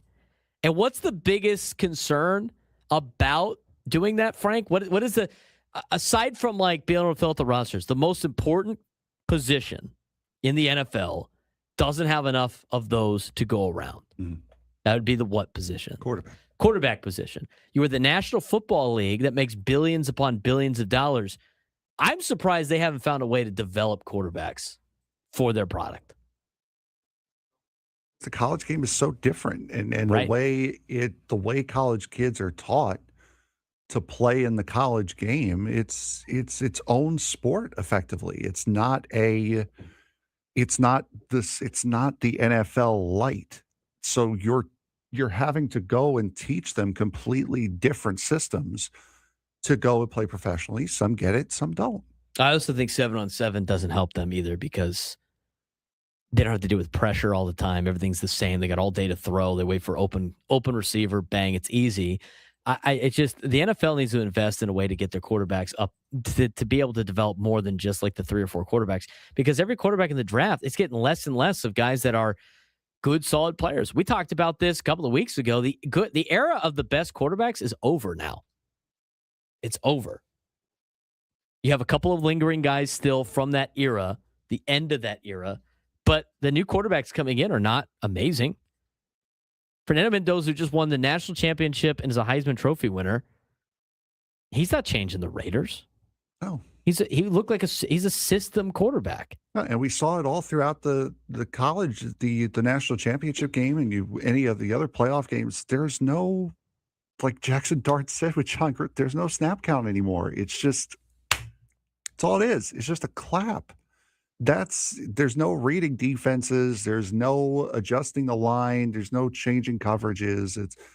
It's just go. That's all it is. It's just clap and go. So you look at that portion of the game. I still think if you expanded to 40 teams, which is what the NFL had rumored to be doing that. Here's the thing, though.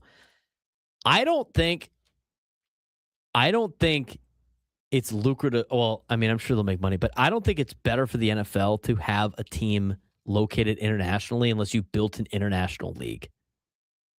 Because the travel and making your players play 18 games and then have to travel out there multiple times, or even worse, if you put a team in London, having that team have to fly to the United States all the time, it's not very feasible.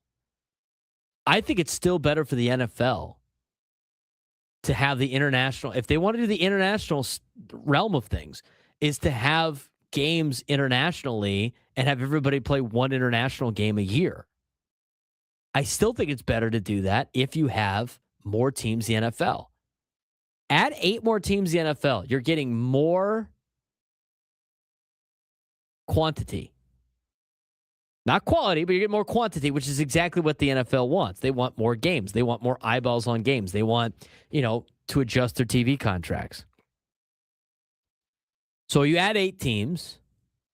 You put 4 teams on the AFC, 4 teams the NFC. Add 1 team per division. I'd keep all the divisions the same as they are and just start adding teams to these divisions. I mean, you already have the Dallas Cowboys in the NFC East. You don't need to really change anything around in terms of the travel there. So what I would do, and I've already put it together, but it's now I just use some city names as an example. And with this, because we're homers and we'd love to have the NFL back in San Diego, I move. There's only one team in LA and there's a team in San Diego, but I made the divisions. They're exact same as they were before, with Salt Lake City being in the West and the LA Chargers being the San Diego Chargers. Just keep it simple. In the South, you add San Antonio in the AFC. In the North, you add Toronto. In the East, you add Montreal. Just throwing a couple Canadian teams in there. Because you can actually make the travel happen. I think they could probably do that with Mexico too, but just as an example. On the NFC side of things, you add Portland to the west. You add Memphis to the south. You add St. Louis to the north. You add Orlando to the east. You play 16 games. You play everybody in your division twice. That's 8 division games, which is half of your schedule.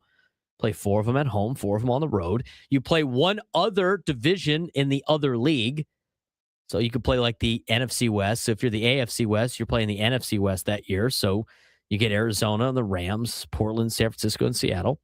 And then you play the 3 other divisions in your league who finished in your spot. So if you are Denver, you get to play the number 1 team in the South, the number 1 team in the North, the number 1 team in the East.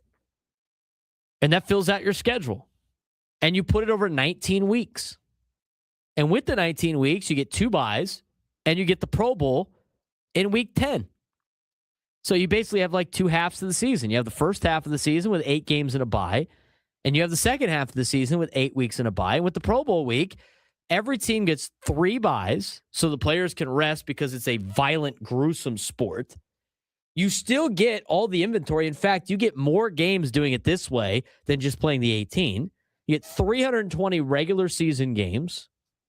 And then I would expand the playoffs to 10 teams on both sides. It's half the league. It's fine. That's how all the other leagues are in professional sports. Have a play-in round to see who plays the 1 and 2 seed. And then you go 8. And then it's like the final 8 on both sides. And you play it to the Super Bowl.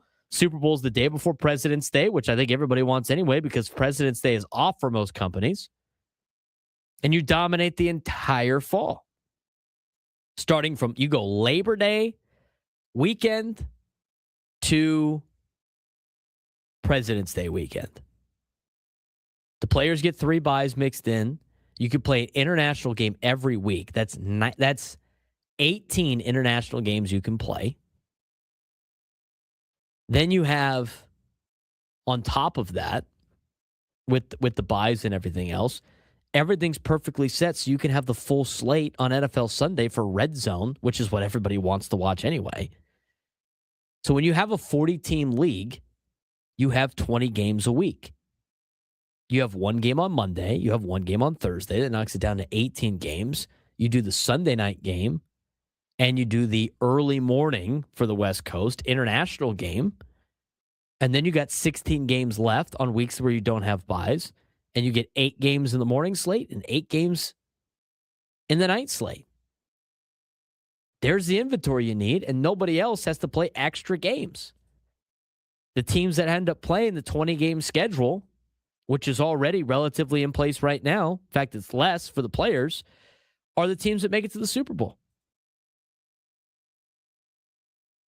If you expanded the NFL, and it's surprising they haven't, the only reason why they haven't done that yet is because of the fact that they can't find the quarterbacks. But it's something to look at. 833-288-973, 833-288-973. Dexter in Spring Valley, what's going on? Hey, guys. I want to start off by saying February is an awesome month.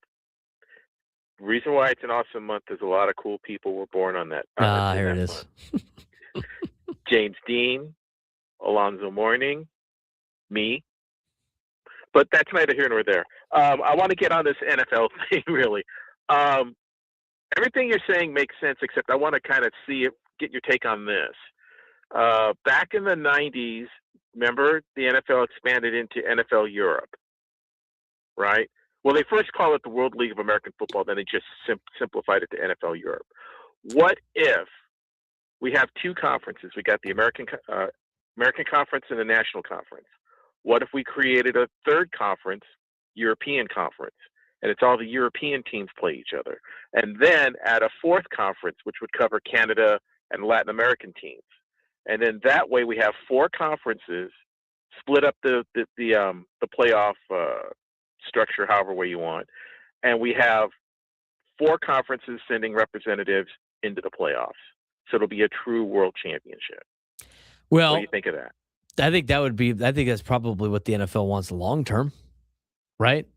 I mean, we talk about, and Dexter, appreciate the phone call. I mean, I think in an ideal world for the NFL, they got teams everywhere. But what you have to do is you have to build young kids to play American football in those countries. Otherwise, you just don't have enough players. Like, America can't support. We could barely have the 40 teams here. The 32, they're the 40 teams that fill out a full roster because of how tough the sport is. You would have to have kids in France and Germany and Italy and England and Russia and all of these countries in Europe have to develop their own talent. So then you could put it in a pool, and then you have all these international teams. Like, soccer has they've been playing soccer for hundreds of years. And so that's what everybody wants to do. And you have the player pool. You don't have the player pool in the NFL yet. I think that's like super long term. But you would have to start somewhere. You start with the 40 teams here in the United States, and then you start building off of that. But you would have to have at least, just to make things fair, if you're talking about conferences, I mean, they have to match it almost. So you'd have to get like 16 to 32 teams in Europe. And then the CONCACAF version, if you will, Frank, of 16 to 32 teams in the Western Hemisphere, right? I mean, those are things that would have to be discussed. That is just, I like where your head's at. That's what the NFL probably wants to do because they want to be the most dominant sport in the world. But in terms of the NFL expansion, I think it's better to expand the NFL to 40 teams than it is to expand the amount of games they play. But that involves a lot of money, and that involves stadiums and all this other stuff. But to me, that's where it makes the most sense. All right. Aztec basketball in action tomorrow. UCSD had a big win last night. USD is playing a NCAA tournament level team tomorrow. We're going to get you the full preview and recap of the college basketball week that was, and it's going to be this weekend when we come back to finish up the show on the Braden Surprenant Show. San Diego's #1 sports station, 97 through the Fan.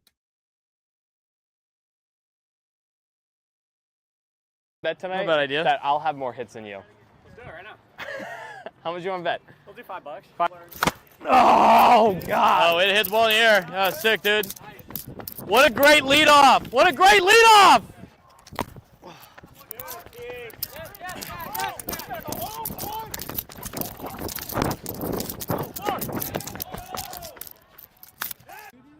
Yeah.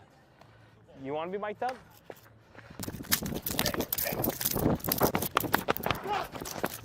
Oh. No, Rick. There's the Joel we know. Well, you're lucky I'm a huge target at first, dude. Someone gassed. Chell's got to get us in, though. We're screwed next at bat. That's not great. Yeah, all right. Yeah, Zion.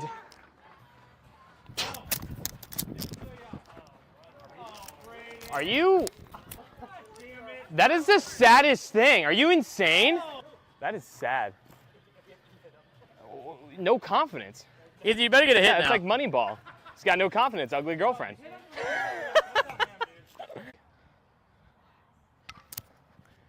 Come on, Sam. Oh, hose him! Oh, we got it. Can we get a first baseman I can catch? One time, Matt. Nice. All right. Glasses on too. That's why. Oh, damn it. Can we score some runs? Play first base. All of a sudden, it's locked down.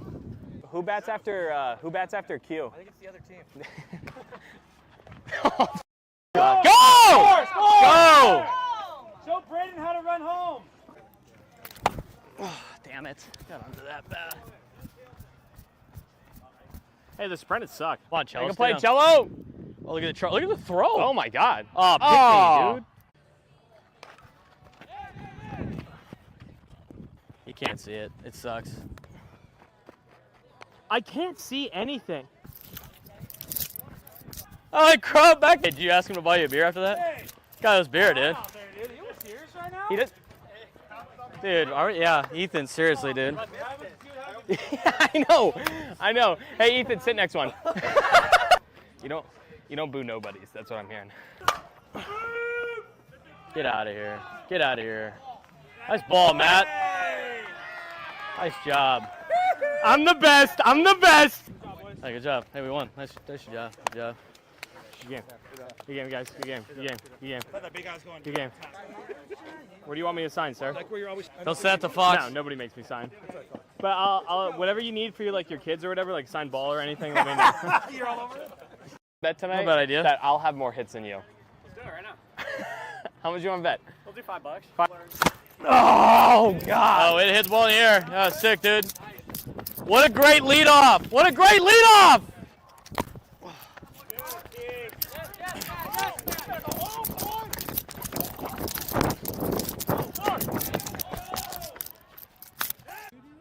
Yeah. You want to be mic'd up?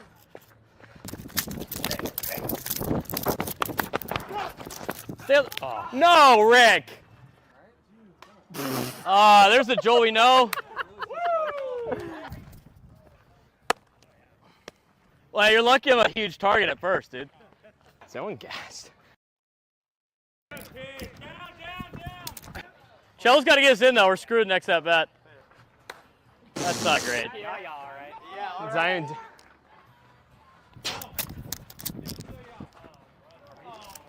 Are you?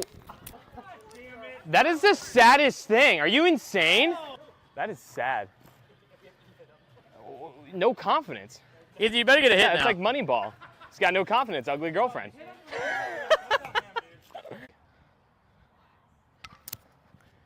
Come on, Sam. Oh, hose him! Oh, we got it. Can we get a first baseman I can catch? One time, Matt. Nice. All right. Glasses on too. That's why. Oh, damn it. Can we score some runs? Play first base. All of a sudden, it's locked down. Who bats after Q? I think it's the other team. Go! Go! Show Braden how to run home. Oh, damn it. Got onto that bat. Hey, the Surprenant suck. Come on, Cello. I can play Cello. Oh, look at the throw. Oh my God. Oh, pick me, dude. You can't see it. It sucks. I can't see anything.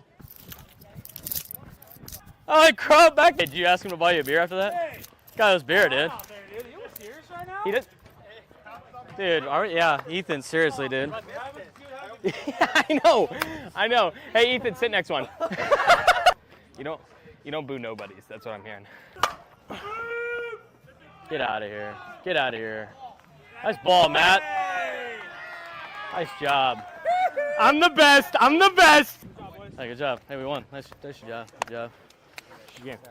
Good game, guys. Good game. Good game. Good game. Good game. Where do you want me to sign, sir? Like where you're always. Don't set the Fox. No, nobody makes me. College basketball. Let's get to some college basketball action as we got a lot of teams. Well, we got 3 schools in town that are competing at the D1 level. One of them played last night. It was UCSD against UC Davis. It's a good win for UCSD last night against Davis, a win that they much needed in the Big West Conference. They're now 5-3 in the Big West. They have passed Davis in the standings, if you will. Chicken had 19 points. Prosper the second had 14. Denjit had 12 points, and Hudson Mays had 19 points coming off the bench for UCSD last night. They shot 49% from the field and outshot UC Davis 49% to 36%. Were only 29% for the three-point lines, where Davis really made their stride back into the game. And then UCSD was 19 of 27 from the free throw line and out-rebounded Davis 48 to 33 overall for UC San Diego. And with the win, as mentioned before, take a look at the standings in the Big West Conference. They are now in third place, but one of the teams that is tied for first in the Big West is UC Irvine. That is who's going to be in town to take on UCSD tomorrow at Lion Tree Arena. It's a big opportunity for the Tritons. The Tritons have had success against Irvine in the last calendar year. Went up to Irvine and got a victory last year. Beat them in the Big West Championship game in Vegas. So Irvine's definitely going to have a little bit of an extra chip coming down to San Diego to play this one against the Tritons. But this is an opportunity, Frank, for the Tritons to put themselves either still a game back from Hawaii or in a tie for first place in which they win the tiebreaker because they would have beaten Irvine and they have already beaten Hawaii this year. Yeah, and UC San Diego has done very, very good this year, bouncing back and carrying that momentum from a national championship tournament appearance last year. So I would not be surprised if they were to come out and win this game against UC Irvine coming up tomorrow. That being said, though, UC San Diego has lost a couple of games that you're surprised they lost. Some of the games that they should not have lost earlier this season. So they've shown that national championship tournament caliber style that they had from last year, but they've also had a couple of hiccups along the way this year as well. You take a look at where they're at in the standings and who everybody else is playing. UCSD, as mentioned before, tied for third with UC Santa Barbara. They're both a game out of first place, where Hawaii and Irvine are tied. And if you look at the standings right now, there's a lot of teams tied, and the entire group is within 4.5 games of each other. Last place, Cal State Bakersfield, 2-7 in conference play, 4.5 behind the leader in Hawaii. But you'd factor them out because Riverside took a loss last night hosting Irvine. They're 4 games out of the number 1 spot. So this is a wild, wild Big West for college basketball this year for UCSD in town. They got the big win last night, and they have a big game against Irvine coming up on Saturday. So that's a look at the Big West. In terms of other games going on, as you take a look for UCSD and what to watch for, the Gauchos of UCSB are playing Long Beach State tomorrow at 4 o'clock. Riverside's got Davis on the road. I would imagine it's probably going to be a win for Davis as they try to keep pace. And then, of course, you're looking at Hawaii. They host Cal State Northridge. That's an 8:59 Pacific time tip-off on ESPN+. Again, Irvine and UCSD tomorrow, Lion Tree Arena, 7 o'clock start on ESPN+ in the Big West. And we will have a UC San Diego game on air tomorrow here on 97.3 The Fan. It'll be a 2 p.m. tip. It'll be the UC San Diego Triton women taking on UC Irvine at Irvine. So they're going to do a little bit of the flip-flop. Yeah, so the women will debut on 97.3 The Fan tomorrow afternoon at 2. All right, before we start talking about the Aztecs basketball situation, let's get to what's going on at USD. USD had a big win against Washington State earlier this week. USD is taking on Santa Clara. And the latest bracketology by Joe Lenardi on ESPN.com, which came out today, Santa Clara is a first four team out. They're playing to get their way in to the NCAA tournament outright, trying to make it 3 teams for the West Coast Conference in the NCAA tournament. Gonzaga and St. Mary's are well within the tournament landscape as of right now. Santa Clara already beat St. Mary's in conference play. This is a huge test for San Diego as they try to climb their way through the standings in the West Coast Conference. Now, here's what San Diego is playing for. San Diego's not going to win the West Coast Conference, but it's a step in the right direction if they can move their way up the leaderboard and at least give themselves a better opportunity in the WCC tournament. Now, here's how the West Coast Conference tournament works. For a lot of one-bid leagues, usually like a West Coast Conference or a Big West, they put their teams that have done the best in the regular season further along in their tournament. So in the WCC, the number 1 and number 2 seeds are automatically in the semifinals. And then the 3 and the 4 are in the quarterfinals. And then 5 and 6 have a bye into the next round. And because there's 12 teams in the West Coast Conference now, even 7 and 8 get a first round bye. So if you finish in the top 8, you get a first round bye. If you finish in the top 6, you get 2 byes. If you finish in the top 4, you get 3 byes. And if you finish in the top 2, you are 1 game away from the conference championship game. San Diego right now is tied for 6 because the middle chunk in the WCC is right on top of each other. The problem is for San Diego, they still got to play Santa Clara one more time, which is Saturday, and they got to play St. Mary's. And St. Mary's and Santa Clara are both part of that top tier in the West Coast Conference. But San Francisco, Pacific, Seattle, Portland, San Diego, Washington State, and Oregon State are all within 2.5 games of each other for 4th place through 10th place. So they're playing for seeding right now. They just came off a big win against Washington State. If they could keep this thing close on Saturday, it'll be a good spot for them. As for the Aztecs, and that game will start at 6:30. That's a doubleheader tomorrow at the Jenny Craig Pavilion. Women's basketball at 2 o'clock. Men's basketball at 6:30. As for San Diego State, Aztecs are taking on UNLV coming up this weekend. They will be taking on a UNLV team that just knocked off Utah State and a UNLV team that can be scary at home, but a place that San Diego State has done a lot of damage against in the past. Now, San Diego State is the number 1 team still in the Mountain West Conference after the loss to Grand Canyon. They are still projected to make the NCAA tournament. They are currently that spot that is the conference champion spot by Joe Lenardi. They have them as an 11 seed right now. That just tells you where the Mountain West is in terms of overall performance.